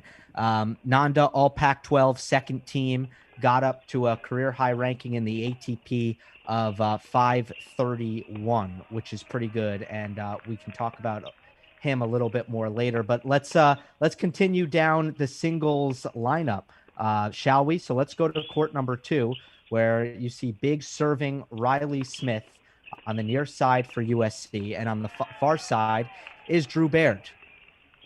Yeah, look, for Smith, senior captain for these Trojans, came back for his additional 5th year because he had unfinished business. And, I think that's the thing for Cookerman and Smith. They came back because they expected to win a national championship this season, and they're a top 2 that can compete with anyone in the country. And, Riley struggles at number 2. He's 8-5 as well. It feels like those 5 losses have all come in the matches where the Trojans end up dropping 4-3 decisions. And a lot of those losses have been 3-set matches. But look, what makes Riley is he plays on his turn. Big serve, big game, going to look to come forward, going to look to finish points at the net. Those 2 sentences mean the same thing. So I apologize for saying that twice. But the point being, why you're not concerned by any losses for Smith and Cookerman. They've been there before. You feel great if you're Coach Macy. You know where you don't want to be? On the other side of the net of an aggrieved Riley Smith. And after that doubles point ended the way it did, he was the one whose call was overruled on the match point. That he gets to play Drew Baird in singles as well. If the Trojans win today's match, it's because they probably win at both the 1 and 2 singles positions. Smith is a 6'7" redshirt senior from Long Beach, California, whose ranking, and we'll talk about the rankings at some point. His ranking is excellent, inside the top 30 at 29 right now. Reached a doubles final at the Junior U.S. Open, but as you mentioned, Alex, USC dropped the doubles point as Smith and Cookerman fell. Let's talk about his opponent a little bit. In Drew Baird, someone who trained at the IMG Academy in Bradenton, Florida, that famous Nick Bollettieri, or formerly Nick Bollettieri ran academy, was really highly touted, the number 3 recruit in the class of 2019, and only a sophomore, has a very bright future in this conference. I love his game as well. He was, I talk about Destanich being my favorite of those guys who entered college tennis last season. Baird's very high up there on the list, and we talk about this on our Great Shot podcast. For UCLA, and again, no Keegan Smith in them for the lineup.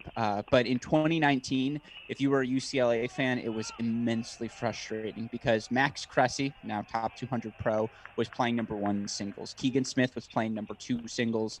Govind Nanda was playing three singles. Smith and Cressy, NCAA doubles champion, were one doubles. And they essentially won those four flights every single match. Now, the problem in college tennis is you need a fourth flight. You need that fourth point on the board to earn a victory. And, this year, Smith has delivered the goods.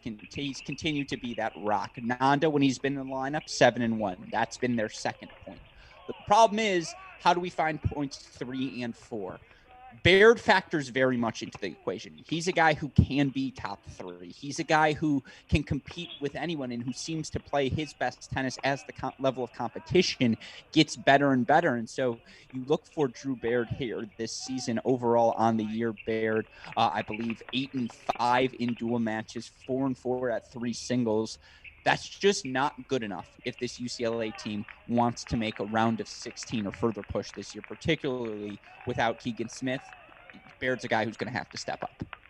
He is 1-1 against nationally ranked players. He's going up against one this afternoon in Los Angeles on the campus of USC.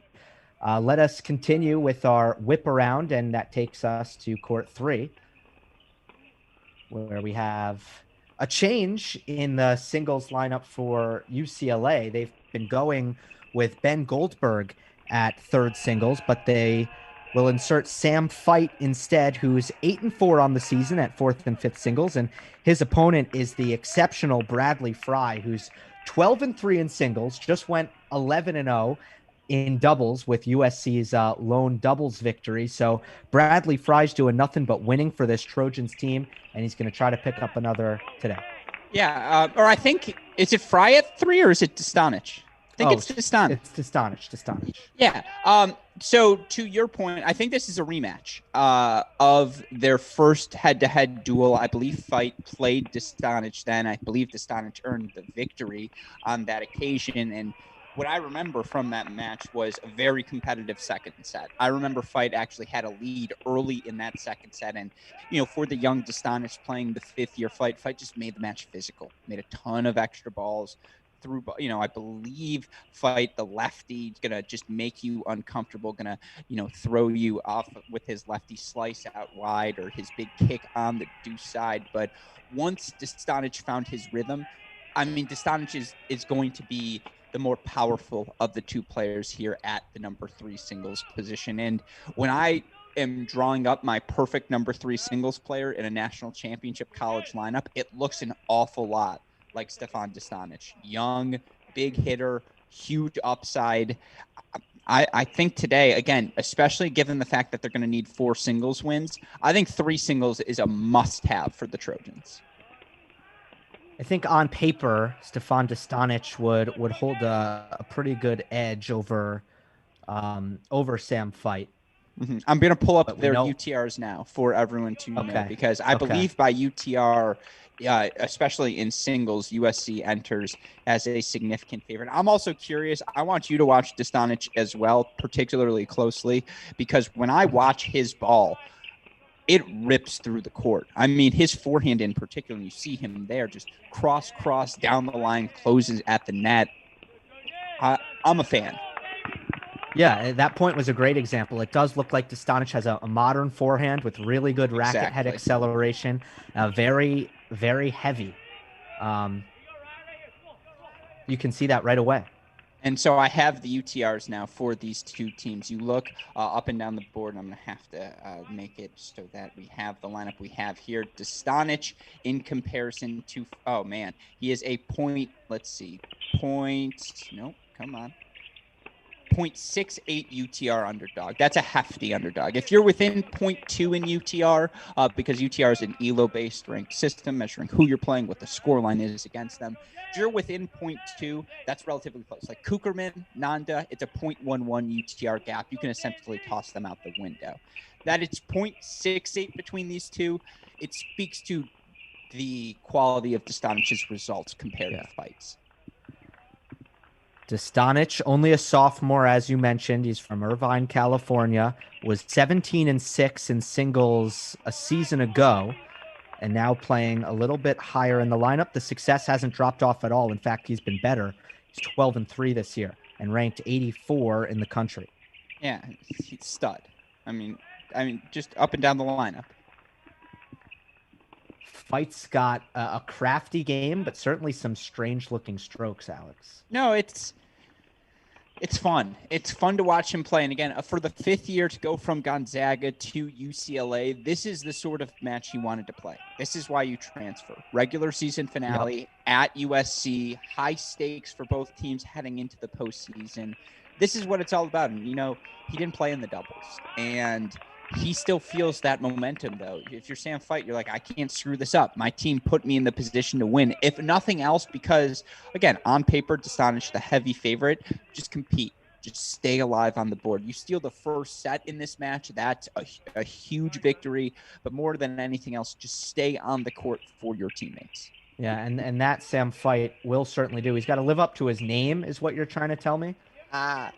He's a fighter. There's no denying that. Fight is a fighter. Yes. It's a really good story, though. I mean, he goes to Gonzaga for his undergrad, but he grew up a UCLA fan. So, he always wanted to end up here. And he worked hard enough in Spokane, Washington to get here. It's a feel-good story.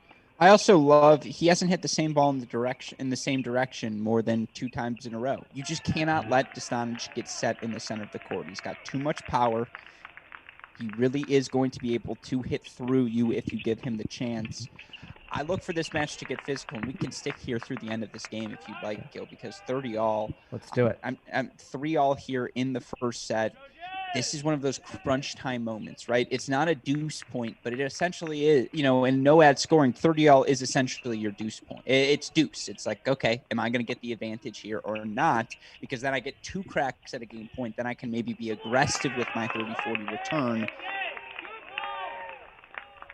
Good first serve there from Destanich to get this point started. And he went a little too close to the line there.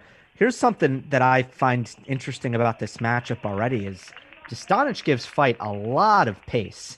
Mm-hmm. And just based on Fight stroke mechanics, you can tell that he really wants to do redirecting. He doesn't want to be doing the generation of his own pace. Well, that's why I think we saw the lineup change. I watching this matchup the first time, Fight, for lack of a better term, fought. Like, he really did. And again, this is why I'm so happy we have you here today. I would echo that entirely. Fight's completely fine being like, oh, I get to be 6 feet behind the baseline and moving you corner to corner, and we're playing in the outer thirds. That works for me, Stefan. Like, how much pop do you have? Can you break my rhythm? That's the question. Big deuce point here now for the USC Trojan sophomore.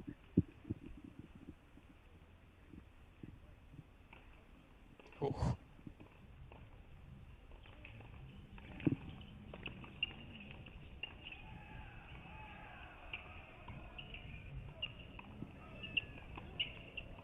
Destanich with the 1-2 punch at the net, and he escapes, saving 2 break points to remain on serve. Now let's go over to court 4, where for UCLA, we have Ben Goldberg, the redshirt senior, I want to say. Mm-hmm. Yes, the redshirt senior, taking on Bradley Fry for USC, who I mistakenly already introed as someone who has won a lot of matches this year. Well, look, I think the Trojans are pretty cut and dry today. They're 1 and 2 singles players play 1 doubles. They're 3 and 4 singles players play 2 doubles. They're 5 and 6 played 3 today. That's the sort of line right now, Coach Macy's drawn in the sand, because it's like, look, I got to find 6 guys that I can ride with heading into May. But I mean, This is an all cracked rackets battle because Bradley Fry, Kansas City's finest, I believe he didn't grow up with Jamie McDonald, but they ran in the same tennis circles. Jamie McDonald, one of our coworkers here at Cracked Rackets.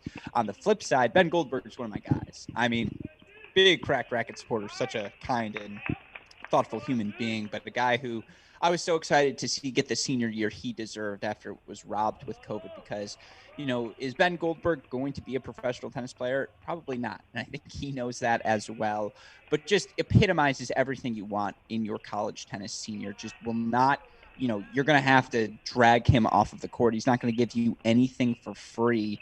And this is a fantastic contrast of styles. I do worry, and you see here early in the scoreline, 5-2 Fry. Match is going to be on Fry's terms. He's a guy who wants to play big serve, big forehand, get to the net, plays that traditional Midwest indoor style of tennis, whereas Ben Goldberg, you can just tell, has spent his life in the LA sun.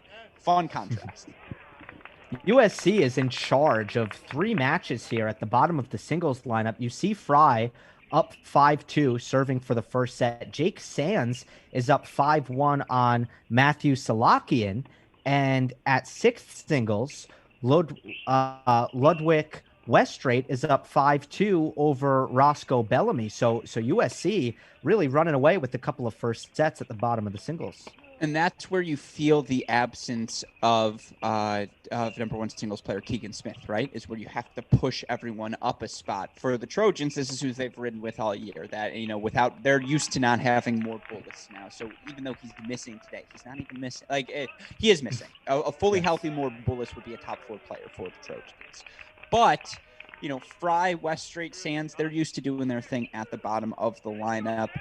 For Fry in particular, for him to be up 5-2 here, that's an electric start. But let's keep in mind, the Trojans dropped that doubles point. They weren't happy about it. They needed to come out strong in first sets. It's not surprising to see that urgency manifest itself at the bottom of the lineup where the talent disparity is greatest. Right. There's a lot of big words for me, Gil. I'm sorry. Well, you get the feeling that if UCLA dropped that doubles point and they were about a centimeter away from doing so, now you'd be kind of panicking a little bit if you're the Bruins. Oh, that's why it was so big for them, because the lack of Keegan Smith. Doubles is so fast. It's one set, no ad scoring. It's 30 minutes. You win, you lose, whatever it is. 30 minutes, done.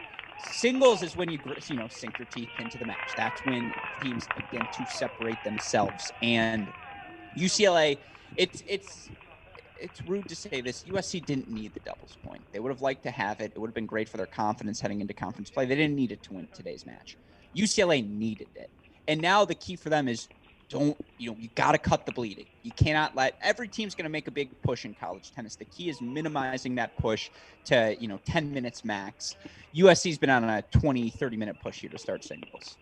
Yeah. Ben Goldberg has earned himself 2 break points. That's what he does. Looks to serve out the set. He's actually just baiting you. Yeah, he's baiting you. I believe that was a double fault, and the break goes to Goldberg. Let's go now quickly to court 6, where Ludwig Westrate is looking to serve out his first set. He's taking on Roscoe Bellamy, 6'5" junior from Pacific Palisades, California. Listen to these scoreboards, though, across the board right now, Gil. 5-2 Cookerman, 5-3 Riley Smith, 5-3 Destanich, 5-3 Fry, 5-2 40-15. If we can't, are we on Sands right now? I'm sorry, I missed your. We're on 6. We're on 6 with Westrate. So Westrate's got set point, correct? Yes. So we already missed a first set. Sands and Salokian 6-1 before we even opened our eyes. Yes. Correct. And Westrate now serves out the first set.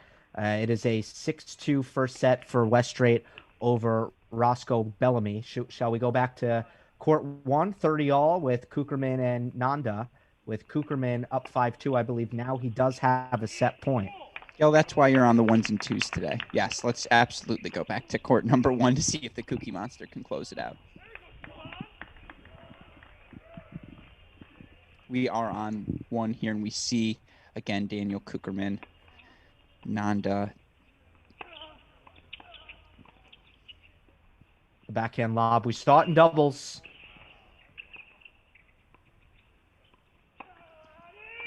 Money. Huge roar First from set to Cookerman. Daniel Cookerman. And that's the senior leadership. It's manifesting itself. He feels responsible for dropping that doubles point. And even against Govind Nanda, you knew Kookie was going to come out firing. He does that. 6-2 on court number 1. Let's go to court 2 now. Let's go to 3 if we can quickly, Westoff. 3 right now. 5-3, 40-15. Stefan Destanich. People know on these Crack Rackets broadcast the deal. Please excuse my dear Aunt Sally. Order of operations. It goes match point, dual match clinching point 1. Match point 2, set point 3. We're going to try and jump around here between all of these set points. It's Destanich, I believe, 40-15. Scoreboard now says 30-all, so I think they screwed that up. So we're going to go to court 2 instead, Westoff. I apologize for that. 40-30 on court 2, set point for Riley Smith.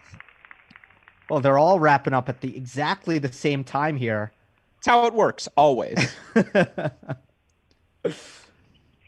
I love the technique on Smith's serve. It's textbook. He explodes into that ball. Big serve out wide earns him the set 6-3. It looks like Destanich now. Let's go to Destanich next if we can. Court 3, Westoff. 30-all there. Goldberg's got himself a game point 40-30 on court 4, so that's going to hold for a second, but we'll go back there afterwards. For now, we're on 3, Destanich. Again, it was 30-all now. Let's wait for that scoreboard to update.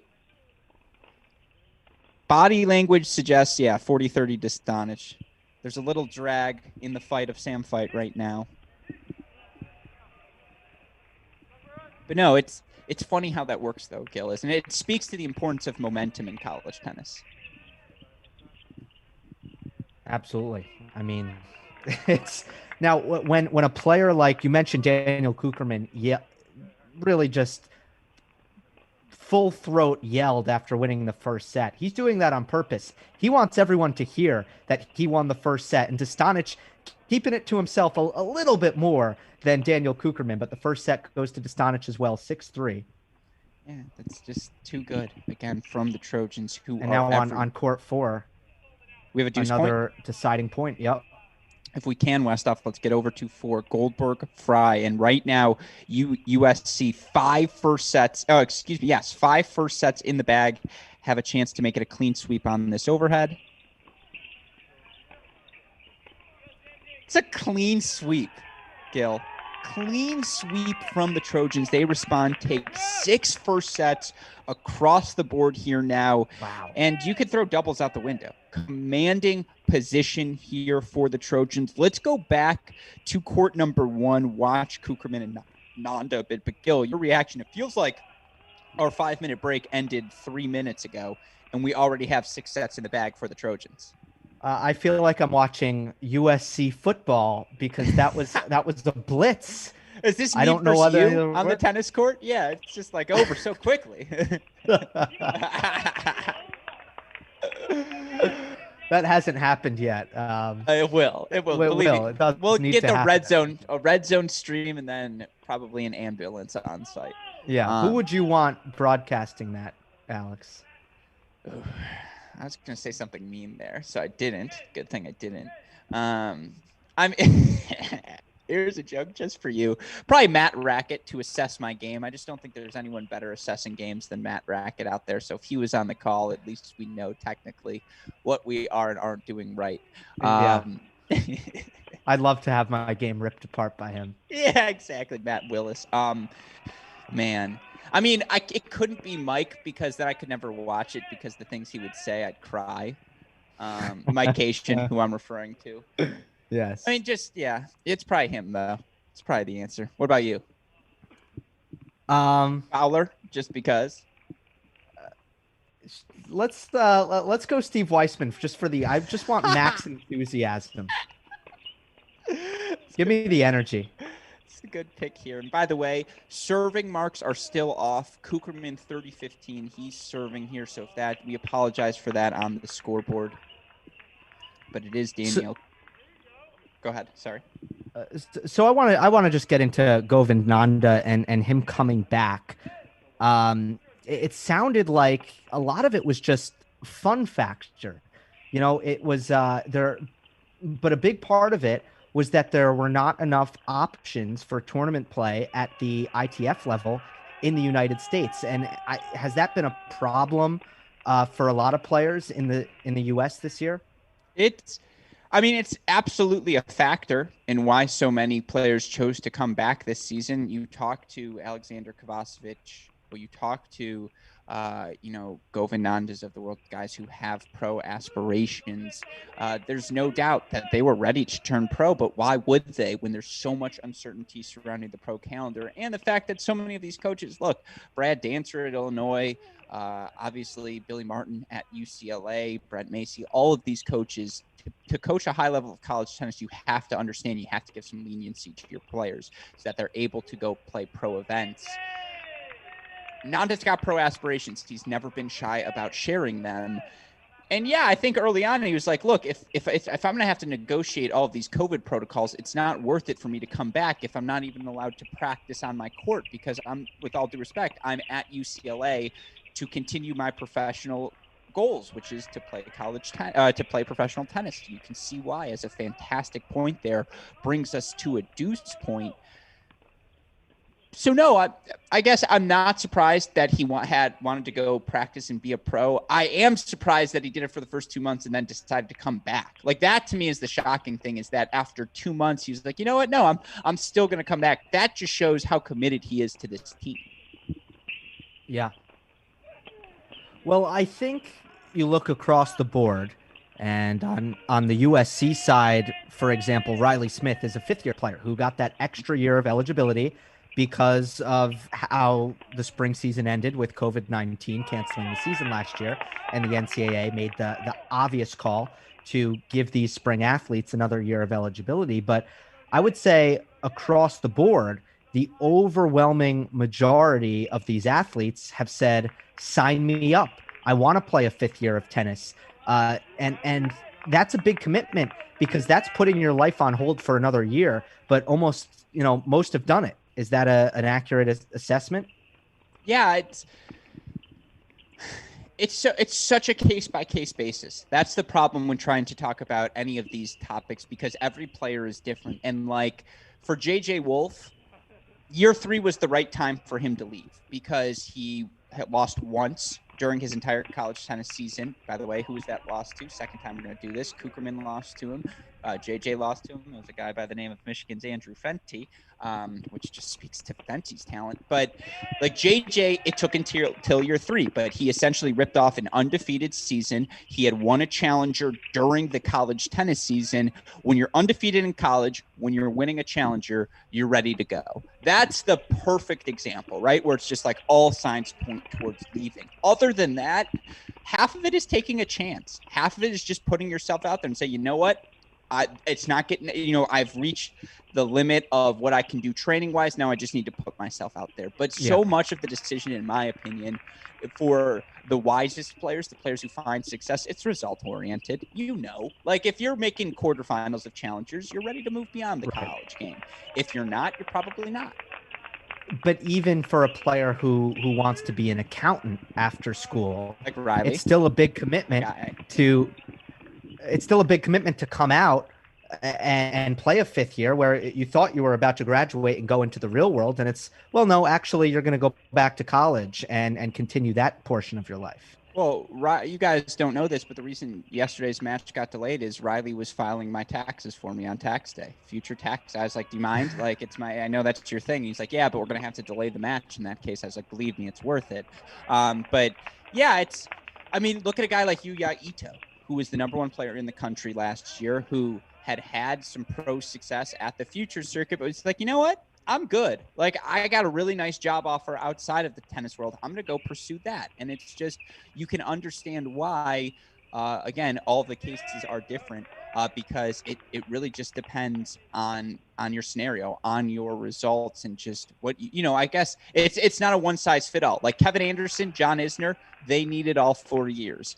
Did Stevie Johnson need all 4 years? No, but he wanted them. JJ didn't need all 4 years. Like, everyone's a little bit different, but you can ultimately still Noah Rubin, one and done. Another good one, and he was ready, right? NCAA final, you're good to go. Yep.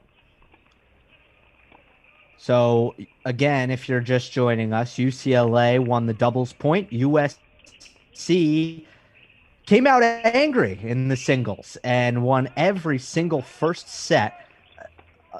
Three of them 6-3, a 6-2 at first singles, the match we're on right now. Jake Sands beat Matthew Salakian in the first set 6-1, and Ludwig Westrate defeated Roscoe Bellamy in the first set 6-2. Shouldn't be using such strong words, defeated, for a first set, but you get the picture.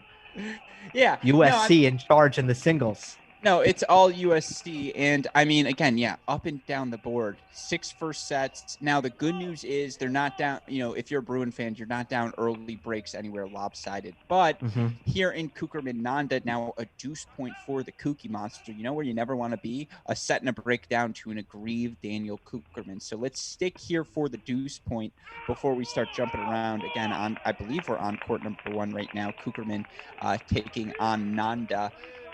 Deuce point coming up. But yeah, I mean, it's so interesting to see, and it's funny that Daniel Cookerman, it should be a crime for him to be ranked outside of the top 40. And with that in mind, we get to a tangent I am very much looking forward to bringing to your attention, and that is the ITA rankings. It's oh. The subject. Oh. Well, that's just pretty. That's the athleticism. We talk about a man amongst boys. To track that ball down, to have the leg strength to hit that ball cross court. Are you kidding me? It's ridiculous. That was Cookerman has looked, and you said that this would be the case coming into the match. He has looked extremely physical, both from a movement perspective and a weight of shot perspective. He's just the athleticism is on full display.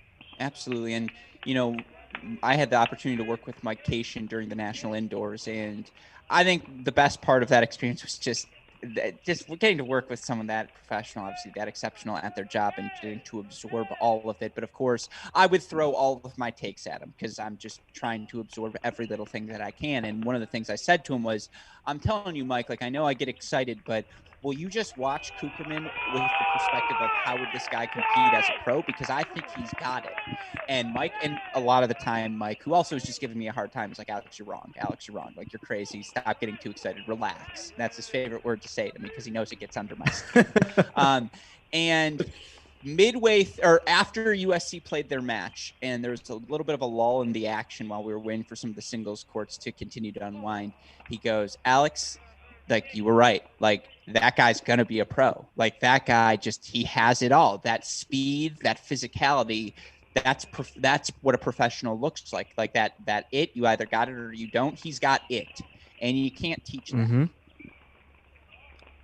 He's already had some Govin's pretty solid off both wings. It's just, I would say, but doesn't he look? Yeah, the problem is Kookie does everything just a little bit better, right? Right, and Govind is a player who I was watching highlights again when he played JJ Wolf. It was kind of a similar dynamic. Such a well-rounded, solid in every area tennis player, but there are some opponents who just hit a bigger ball than him. That's exactly it. It's just look how well he's moving the ball here. He's keeping Cookerman in the outer thirds. The problem is when Cookerman hits that explosive shot, Nanda's just not quite there yet with his first step. It's very good, but it's not, dealing with the professional pace and heaviness of the Cookerman ball. And we see here Cookerman holding to consolidate the break, take a 6-2-3 love lead. With that in mind, let's jump around a little bit. And now, unfortunately, if you're a Bruin fan, we do see a couple of break leads emerge for the Trojans. Riley Smith on 2, Bradley Fry on 4. Let's go to Westrate on 6. I feel like we haven't hung out much at the bottom of the lineup yet today. And Ludwig Westrate is one of those guys who could be a swing player for the Trojans come NCAAs. Now, on court 6, he is up 6-2-2-1 over Roscoe Bellamy, who's jumping into that number 6 singles spot today. But for Westrate, you look on the season, Gil, he's a guy who overall on the year, 20-4 overall, 18-4 in this dual match season. but is a guy who it feels like he's always playing a tough match. It's always a third set for him in his 2 battles against UCLA this season. Weststrait was a 3-set winner against Bellamy, 6-love in the third. Also a straight set win over Eric Kahn at 6. I want you to watch him play a little bit because he is sort of your textbook 6 singles player, just really proficient side to side, good off of both wings, hits a good, not overwhelming ball. I've been surprised that it just feels like a lot of close matches he's come up a little bit short. And that's a freshman right? I guess. Right, for sure. And coming from the Netherlands as a 5-time national champion there, but I think people come overseas and at the college tennis level, and maybe there's some kind of expectation that it's going to be a level below what they saw at juniors, and then they find out it isn't. And I think that's sometimes a bit of a shock to the system. Although, he's fared decently well. What kind of sticks out to me is just how many duels he's finished. Yes. And does that mean he's playing super fast? I mean, that's the only explanation I can think of, because he's 18-4. That's more finished matches than anyone. Well, to get even more granular, and shout out to all of these teams and the SID sports information directors. I know you have worked very closely with the Syracuse SIDs throughout your time, so I don't need to tell you about that appreciation. I think that speaks to the fact that when Ludwig Weststrait beats someone, he beats them badly. And usually that means when he's winning, the team's winning. But you look at their 6 losses this year. One of them was to TCU. That's a match Weststrait lost 3-3. One of their losses was at Arizona. That's a match he loses 6-4 in the third. They lost to Stanford. That's the match, last weekend. He lost 7-5 in the third. Feels like when the team is winning big, he's winning, right? And it's fine. But when the team is losing these close matches, it's often come down to him. And unfortunately, he just hasn't quite been able to get over the hump. And so that would be my theory. When he he beats everyone he's supposed to beat. But thus far, a lot of matches have come down to him. And unfortunately, that's the issue. He's just come up a little short. Right. Well, a game point for him here for a strong first set. Roscoe Bellamy is one of those players normally wouldn't be in the singles lineup for the Bruins. He's the player who steps into the 6th position because of Keegan Smith's absence. And he is not your traditional 6. You can tell just on this side, and I love these near side cameras because that forehand is just exploding off of his racket. Great job by Weststrait playing defense, and he gets the hold. Bellamy comes from a split home, Alex, tennis royalty in LA. Tennis royalty in LA. His mother and his brother Rob played tennis at USC, but Roscoe decided to attend UCLA because he, quote, always wanted to be a Bruin, and, quote, couldn't imagine being anywhere else. I kind of feel like he's rubbing it in. He's just 100%. 100%. And that's half the fun of this rivalry in particular. Michigan, Ohio State is territorial. It's Capulets and Montagues. There's no messing around. If you're a Romeo who finds a Juliet from Ohio State, vice versa, and I mean, Juliet could also be from Michigan. It doesn't matter. The point being, that's rare. There's a lot of inbreeding in LA. It's very much, it's what are they? The Lannisters of the college tennis rivalry world. They keep it in-house, always pay their debts. That's bold. Wow. USC, UCLA, the Lannisters of college tennis. What do you think about that? It was not a comparison I was expecting to make today. You're spot on. And I do think that's the most fun and unique thing about this rivalry, as Bellamy is not going to want to see a replay of that drop volley. I love that. It's so unique. You could say the same thing for, like Yankees, Red Sox, and Gross Gruskin. I guess. What's that? Gross versus Gruskin.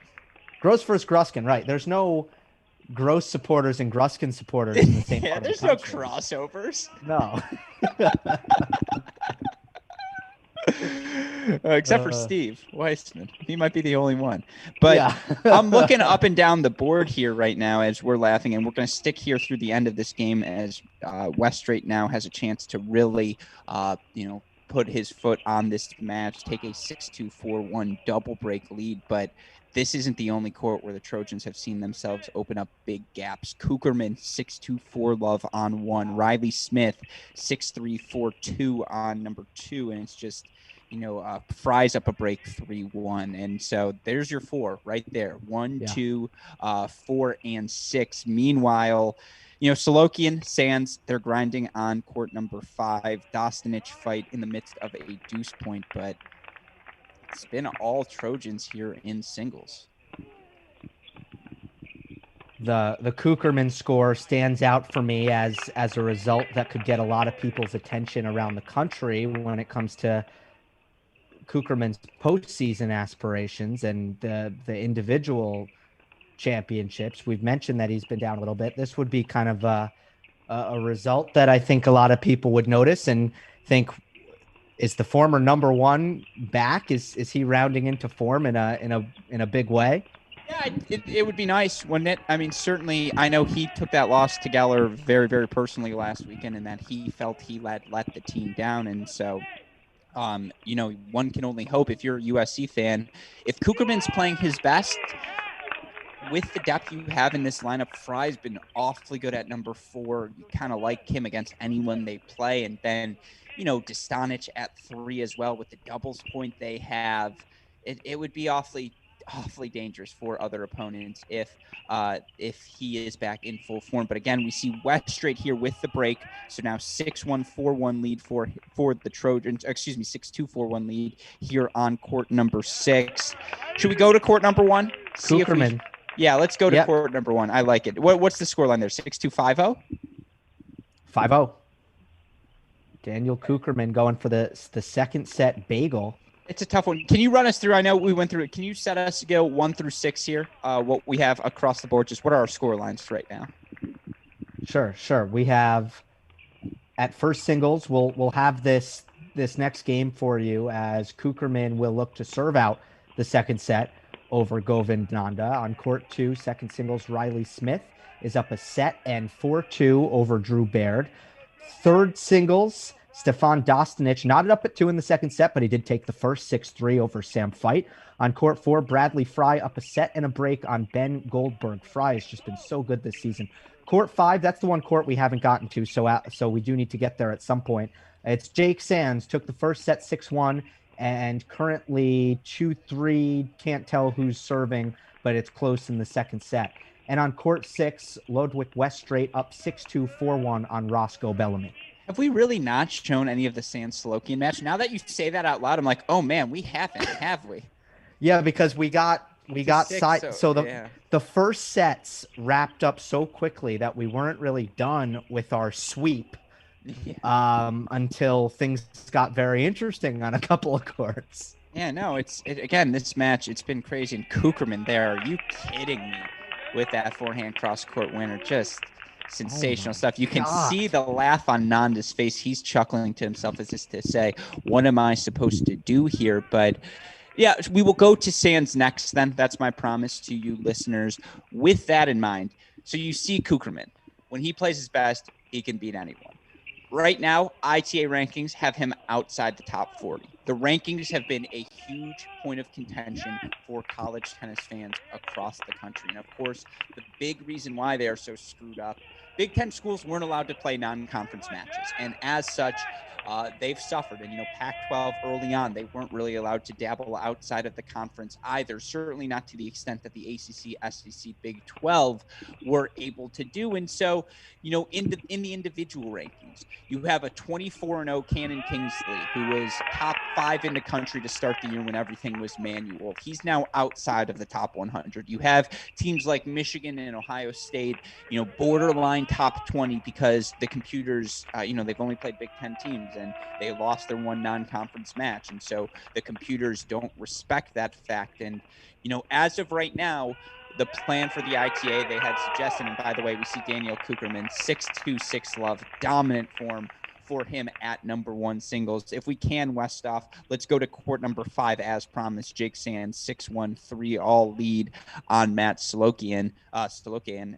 But for these rankings, right now, the idea is let's just stick to the computers. We'll reevaluate later. We'll give the coaches poll for additional information, but we'll still leave it up to the NCAA. I gave my piece on the Great Shot podcast. I can repeat it again without biasing you. Your thoughts on the whole ranking conundrum right now in college tennis? Really, really difficult. It's a no-win scenario. Yes, I think you need to stick with the computer. I think this is, obviously the name of the game in tennis is look at this sport where we can just have objectivity and we don't need a selection committee because the sport is so damn simple and it's a one-on-one situation. You have players, there's a winner, there's a loser, and there's not that much eye test really necessary. And that's why you have college coaches recruiting players that they've never seen play in this sport. 100%. I don't think you can stray away from that. It's unfortunate the algorithm has gotten so wonky and that it's not as effective this year, but I just don't think you can. I think you have to stick it through. So here's the big thing, and without naming names, there's a particular coach of a particular Big Ten school that is fighting like hell for the Big Ten, as he should, because the Big Ten, it's not the Big Ten team's faults. It's not Michigan or Ohio State or Illinois' faults individually that the conference elected to screw over the entire conference and not play any non-conference matches. That was done out of the safety and health. And so what the ITA is trying their best to do is to not punish Big Ten schools for trying to, stay safe amidst the pandemic. The problem is, and again, so much credit needs to go to Tim Russell, the entire ITA staff. It's a no-win scenario, right? The problem is we're 2 weeks out from the NCAA tournament. You just kind of have to make a decision at this point. And it's just like you can't have uncertainty. If you're going to go with the computer rankings and screw over the Big Ten, that's fine. Just do it. Like, they're going to be angry. And, of course, any organization works best when everyone's not angry, when everyone's happy. But there's never going to be a scenario where everyone's happy because it's sit down and try and rank the top 50 schools manually. Sit down and try and rank the top 50 players in the country by hand. I've tried. It's really freaking hard. It takes a ton of time. And there's just not a lot of coaches out there who have the time or the inclination to do it. And it's just like, so to your point, I agree. Computers just kind of what you have to do. And if you're not going to input manuals, like that's fine. If you want to make manual adjustments, I agree. That's like the obvious scenario. That would have been the easiest solution. Well, if you can't agree on them doing it, that's fine. Then you probably just have to say, we're using the computer. We're sorry, Big Ten. This is what we have to do. Let's go to 6 real quick as Westrate is 2 points away from the second set as Jake Sands also just got the break over Matthew Salakian. Yes. So USC is inching closer here. But you see it, by the way. Bellamy gets one of the Alex, breaks back, 4-5-3. Westrate has had issues closing out some of these matches all season long, especially as the pressure begins to mount within the match. Believe that was a game point, was it not? No, it's unclear here what's going on. I think the scoreboard is either a bit ahead or a bit behind of the stream. Because right there it said game point, but it wasn't. Sorry, I'm just confused here on 6 with the exact scores. We'll try and clear that up, but please go ahead, Gil. I think it's a hold from Bellamy. Now Westrate serves Love 15. That can't be Love 15. He lost that first point. Yeah. Okay. Okay. So your official stance is, first and foremost, you need to make a decision and say what you're going with if you're going with the coaches. But then ultimately, are you in favor of leaning on the computers and just making some manual adjustments? Yes, that would be the ideal scenario because there's only 5 schools that really need adjustments. And it's Michigan, Ohio State, Illinois, Stanford, and maybe UCLA. Like, those are your 5. And outside of them, like, all right, I could argue that manually there are some SEC schools that are a little bit rewarded for just playing fellow SEC schools, but like I don't feel a need to manually adjust downwards, whatever. Like that's fine. If someone's a little overvalued, that's fine. You just can't have schools undervalued. You can't have Stanford lingering as the 46th ranked team and then they end up playing the number 1 ranked, Florida first round. No one wins in that scenario. So like it's really manual adjustments for 5 teams. I do agree with you. My position is yes, use the computer for the majority, then manually adjust the obvious ones because the adjustments that need to be made are pretty obvious. The problem is the second you bring manual adjustments into the equation, then you say, well, if you're going to manually adjust them, I think South Carolina should be 12, not 14. And it's like, that's a random example. It's just you open up Pandora's box. That's where things get tough. That's why they're trying to avoid it. Right. Yeah. If you could, it's really interesting. 40-30, by the way. We have a correction. Yeah. It goes from being love 40, Bellamy's up. He's actually winning the match to now 40-30. So yes, double match point here for Westry. And then we'll get back to our boys elsewhere, as I believe we've got a couple of other match points near. Actually, if we can, there it is. Bellamy with the win, 6-2, 6-2, 2-1 now USC. Can we go to 2 quickly, Westhoff? We've got a match point, deuce point on court number 2. Riley Smith serving up a set and 5-4. He's got a chance to make it 3-1 USC.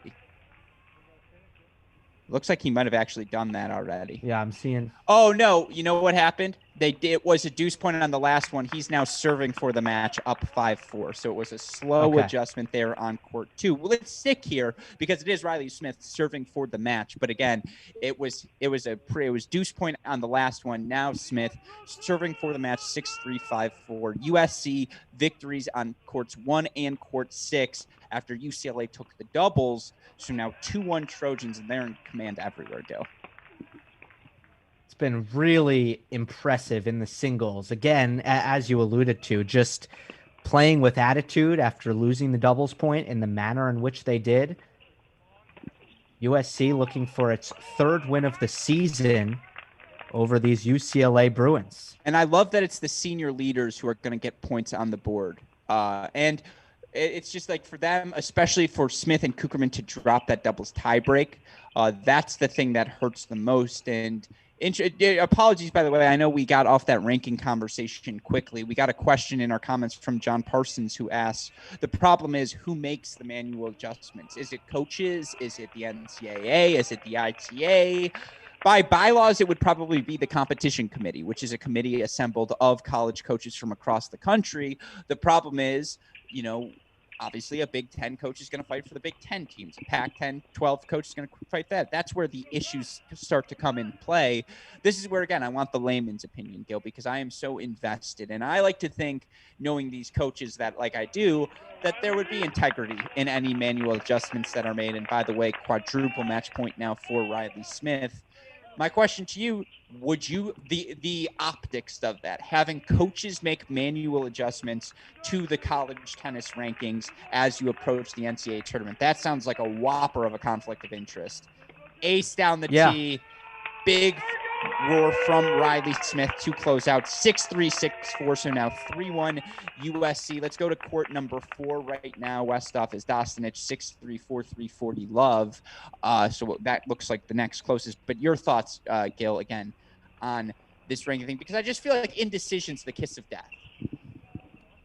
I agree with you. And then, you're kind of when you're exuding uncertainty, you're really leaving the door open for people to get very angry. Talk about keeping people content. I think you do need to make a decision here. For me, it's the computer rankings. You live and die by the algorithm. And unfortunately, you might die by it this year. And nobody's denying that, but you live and you die by it. No, I think that's now fair. just to follow up and add a little bit of additional context on this matchup. USC ranked 15th by the computers, 13th by the coaches. UCLA ranked 33rd by the computers and 27th by the coaches. So in both cases, the coaches think that these Pac-12 squads are a bit undervalued. There's two conferences you adjust for. That's the problem here, and it's more the Big Ten than the Pac-12. But that's it, because the other schools got to play a relatively normal schedule, not by volume, but by quality of opponent, who they were playing. And it's just kind of like, okay, do we really want to make a big fuss for 5 schools?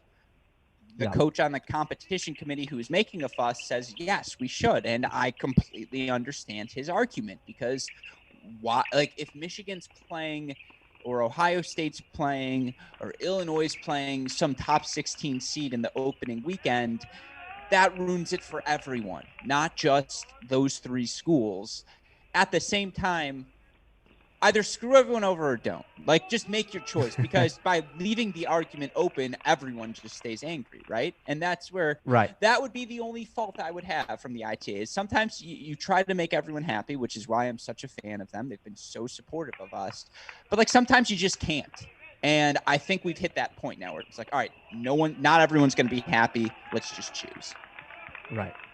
That was big, by the way, for Fight if he wants any chance at winning this match. Those were 2 virtual match points, 2 break points there, but instead the advantage stays at 1 break for Stefan Destanich. Yeah, and let's go to court number 5 if we can, Westoff. It's been all Trojans, obviously, up and down the board, but we haven't spent enough time. And if you can introduce Jake Sands and Matt Solokian to us, because we haven't introduced him, Solokian, to our fans, but Slovakia now up 5-4 in the second set. And we know momentum shifts happen in bunches. Let's just say, and they're going to have to sweep the board remaining, but let's just say Slovakian manages to take this second set. Goldberg managed to hold for 4-all. Fight is going to fight. He keeps it a 1-break deficit. Things get interesting fast if you're UCLA here, and we've seen the Trojans blow some leads already this season. Yeah, you have to hope for UCLA that you get a little bit of help. I think that they'll need it, especially from Destanich, but it is competitive on a couple of these other courts. And we have on the far side here, Matthew Solokian, who is a 6'1" lefty junior from Glendale, California. This Laurel Springs High School, absolute powerhouse. So many players. They would be the number 1, probably number 6 team in the country in college.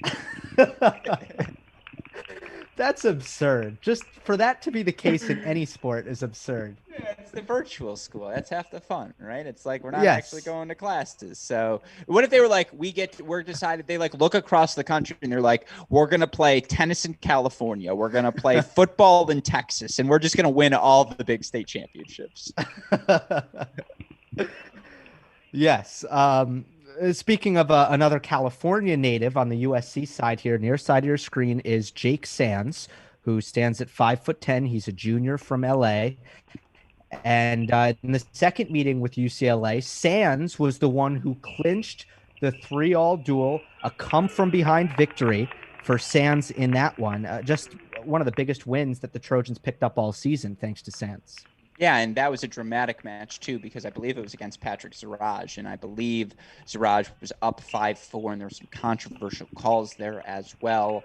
I will say one of the funnier things I saw today, they were doing senior day videos for all these USC seniors, and they had Jake Sands talking about Daniel Cookerman, and so you were a great leader. You were such an inspiration to me, and it was also so great to have someone on the team who was shorter than I was. And I always love a little comedy there from Jake Sands. It's very, very funny. And, again, he's played so many close matches this year. And him, Jackson, Westrate, that's the swing for this USC lineup. How good they can be at 5 and 6 will dictate how far this team goes. And, they lost to Arizona this year. That doesn't happen if you're USC. They lost some matches, that 4-3, they blow that match to Stanford, and they go 0-3 National Indoor Weekend. Those things don't happen to the Trojans.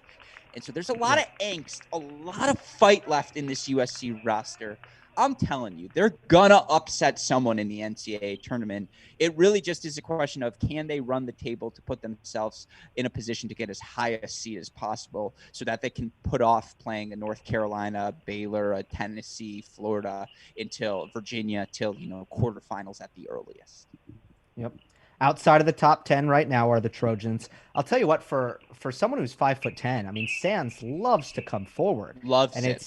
It's really refreshing to see that the way Jake Sands play, it's just fun to watch. 100%. He's been a mainstay in the back of USC's singles lineup for the past 2 seasons. No, 100%. And again, for Sands, it's funny because I think this is a good matchup for him. Solokian, a guy who wants to be 6 feet behind the baseline, grinding, playing these 15, 20 ball rallies. It's giving Jake Sands opportunities to play on his front foot. And I think Coach Chris Quinta's done an excellent job in this match of keeping Sands on his front foot, because when Sands gets pressured, he does get a little bit tentative, and that's when he starts to play not his best tennis. So again, good matchup for him. I imagine they're going to play out today, even if USC clinches a 4-1 decision, as they're getting close to doing. This would be a confidence boost for Sands, certainly because Solokian, I'm going to butcher the pronunciation the whole time. Solokian, there it is. Thank you. He's a tough out. And so anytime you can get this sort of result against him, you feel good about yourself physically. Yeah, Solokian, as I mentioned, 15-2 combined in dual play in the last 2 seasons. Yeah. So it's just such a tough out. He just competes. Mm-hmm. And we see here now, by the way, speaking of which, for the Trojans, again, they are closing in on the finish line. Destanich up 5-3 now on court number 3. Bradley Fry on serve 5-4 in that second set on court number 4. Will stick here through the end of the game. And in fact, Jake Sands holds 4-5-4. Who do we trust? I'm going to give you the choice here. 3 or 4. Do we think it's going to be Destanich, or do we think it's going to be Fry?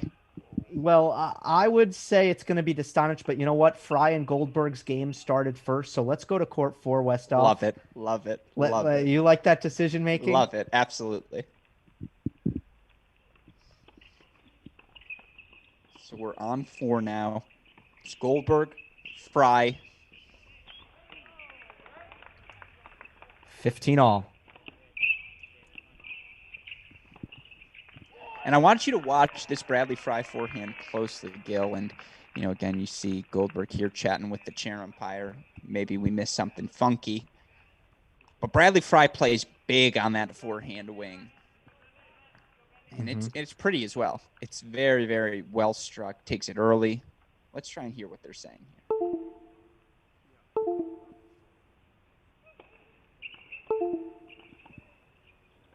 I didn't get anything, did you? I think Ben said, I hope Gil and Alex are liking this. I'm trying to fight, boys. That's what I heard. That was my interpretation of his body language. Let's see. Destanich. Yeah, it looks like fight 30 love on court 3. So we'll keep an eye on 3. But again, 15 all here in the service game of UCLA's Ben Goldberg.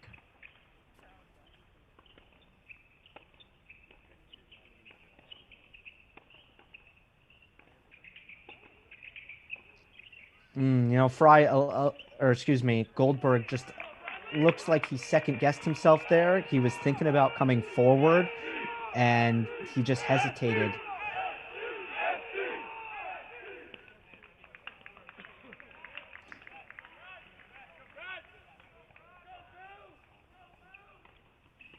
I love Fry's game.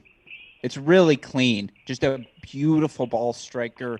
You see him work that chip and charge. Slice gets deep on the forehand of Goldberg. Triple match point. Now, are you a fan of the slow clap, Gil? I like the slow clap. I am a must-have slow clap, so I believe you can hear it in the background there. Slow clap underway for the Trojans. Triple match point here for Brad Fry.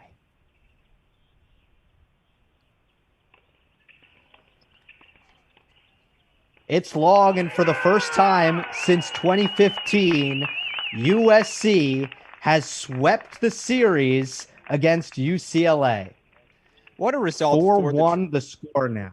What a result for the Trojans today, Gil. And after the dramatic fashion in which they dropped that doubles point, 3 match points at number 1 doubles, Cookerman and Smith, number 5 team in the country. You like them in that scenario 9 out of 10 times. UCLA is able to take that, but I would say from start to finish, scoreboard doesn't lie, was entirely Trojans, Gil. Yeah, I mean, this was a doubles point away from feeling like a real. It's already a statement win. Don't get me wrong, but we would be calling this. We'd be throwing words out like a blowout and things like that if the doubles point had not gone UCLA's way. You really feel like Keegan Smith was missed dearly on the Bruins side of things, and that's what it would have taken for this to be a more competitive match than it was. Yeah, and to be clear, for this UCLA team, it's not for them to take the doubles point. There is a silver lining to today's match. You didn't have Keegan Smith at the top of your lineup, and so that adjustment's going to take time for everyone else stepping up into their new role. But you found doubles pairings that seemed to work. And these doubles teams looked really good today. And look, I think part of it comes down to the rivalry. The Trojans dropped doubles on their home courts. They were going to come out roaring in singles no matter what. But that's not going to be the scenario for every match UCLA plays the rest of the way. And I think you look at this UCLA team, they're dangerous heading into the Pac-12 conference. Because I want to hear your thoughts on this USC team, their performance today, but let's start with UCLA. They take doubles. They're without Keegan Smith. They drop 4-1. They drop every set they play in singles thus far today, and it looks like they're going to try and play to completion, although we're going to wrap our broadcast here now that they've got the clinch. But just for this UCLA team, any silver linings for them today? What do you look at when you look at this performance?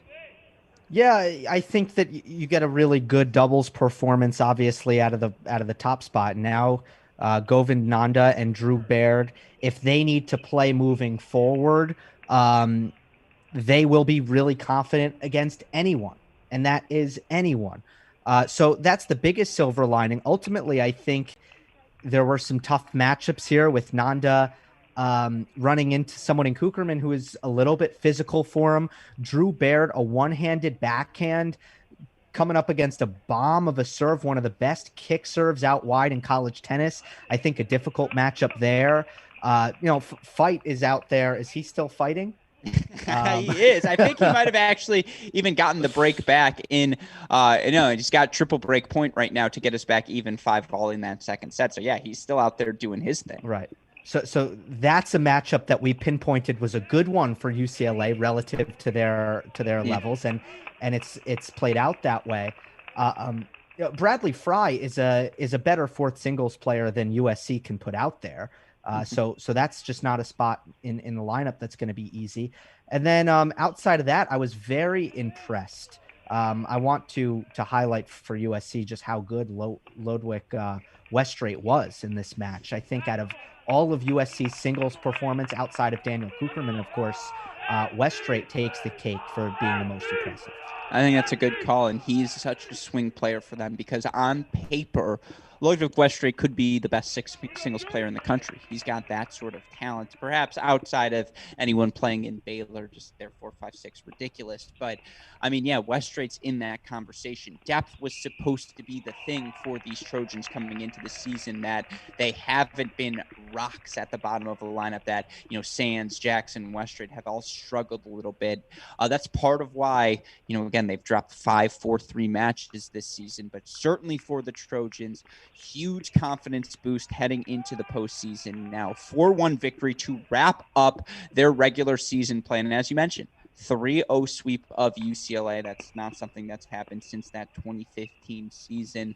Again, your final thoughts on this match day, your final thoughts on just, a fun afternoon of college tennis.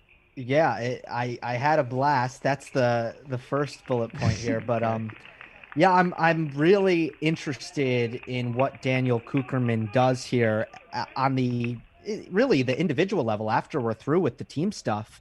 I want to know if in his last season, and can he come back? Is there any chance he comes back? I don't think they do. That? So I say no because they don't do senior day for him if he's coming back. Okay. Fair. So okay, maybe there's a chance, but we can assume that he's not. I'm really looking forward to how he can wrap up his college career because hopefully he's rounding into the same kind of form here that saw him get up to number one in the country. And that was one of my big takeaways from tonight. I'd also love to see him and Riley Smith capture that doubles title, because it does feel like Daniel Cookerman deserves some sort of NCAA championship before things are said and done. But no, he was a star today. And for this USC team, you don't even remember the doubles point after they take 4 singles victories. And I think about an hour of play here. Or about an hour and a half. That's how long it took them to get the job done. But again, fantastic performance for USC. Fantastic display of college tennis as always. That sets us up for tomorrow's Big Ten regular season finale. You thought this rivalry was fun. Wait for what we've got in store for you tomorrow. Michigan, Ohio State. I'm probably not going to sleep tonight in anticipation. That's how excited I am for the kickoff. Going to be a slightly different cast of characters. I'm stuck with Chris Hallioris tomorrow as Gil. You've got places to go, people to see. But of course, we were so happy to have you on the broadcast today. We're hoping this is not a one-off thing, but to get to bring you into our Cracked Rackets rotation as much as possible moving forward. For any listeners, any viewers on the stream who don't know where to find their work, where can they see it all? Gil Gross on YouTube. Quick search will pull it up. The podcasts are Monday Match Analysis and 3 A Tennis Show. Definitely put A Tennis Show after 3. You can't put Menage a Trois and then Gil Gross? No, you can't just write like Trace in a Google search. It'll just come up. It's actually it spans across languages. That's good. No, of course. Well, again, Gil, you are always welcomed here, and we are so grateful for your continued support. We are always grateful for the work of our super producer, Daniel Westoff, as well on the 1s and 2s here, and makes it possible for us to do things like this on a Saturday afternoon. So, with all of that in mind, again, we will be back here tomorrow morning, 11:45 kickoff for our coverage of Michigan, Ohio State. We've also got UCF Memphis in the mix. UCF, a top 10 team, sneakily as well. So excited to get a little red zone action going there. But with that in mind, for my wonderful co-host today, Gil Gross, our super producer, Daniel Westoff, our fantastic teams over at USC and UCLA, and shout out to, again, both of those athletic departments for allowing us to broadcast their matches this weekend. With all of those people said, I'm your host, Alex Gruskin. You've been watching our Cracked Rackets Red Zone broadcast coverage. USC 4-1 victory today over the UCLA Bruins. We'll see you all tomorrow morning. Thanks, everyone.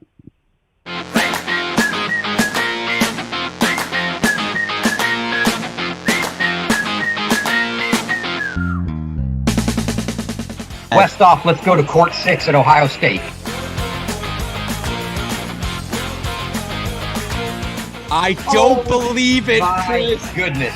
University of Virginia. Shocking quarterfinals.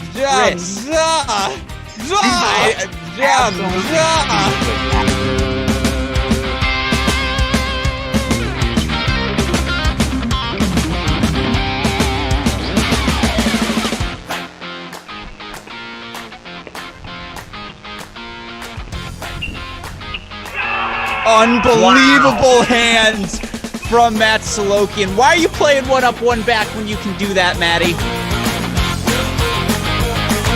Tune in to Crack Rackets in the Red Zone. You might get some sneak preview.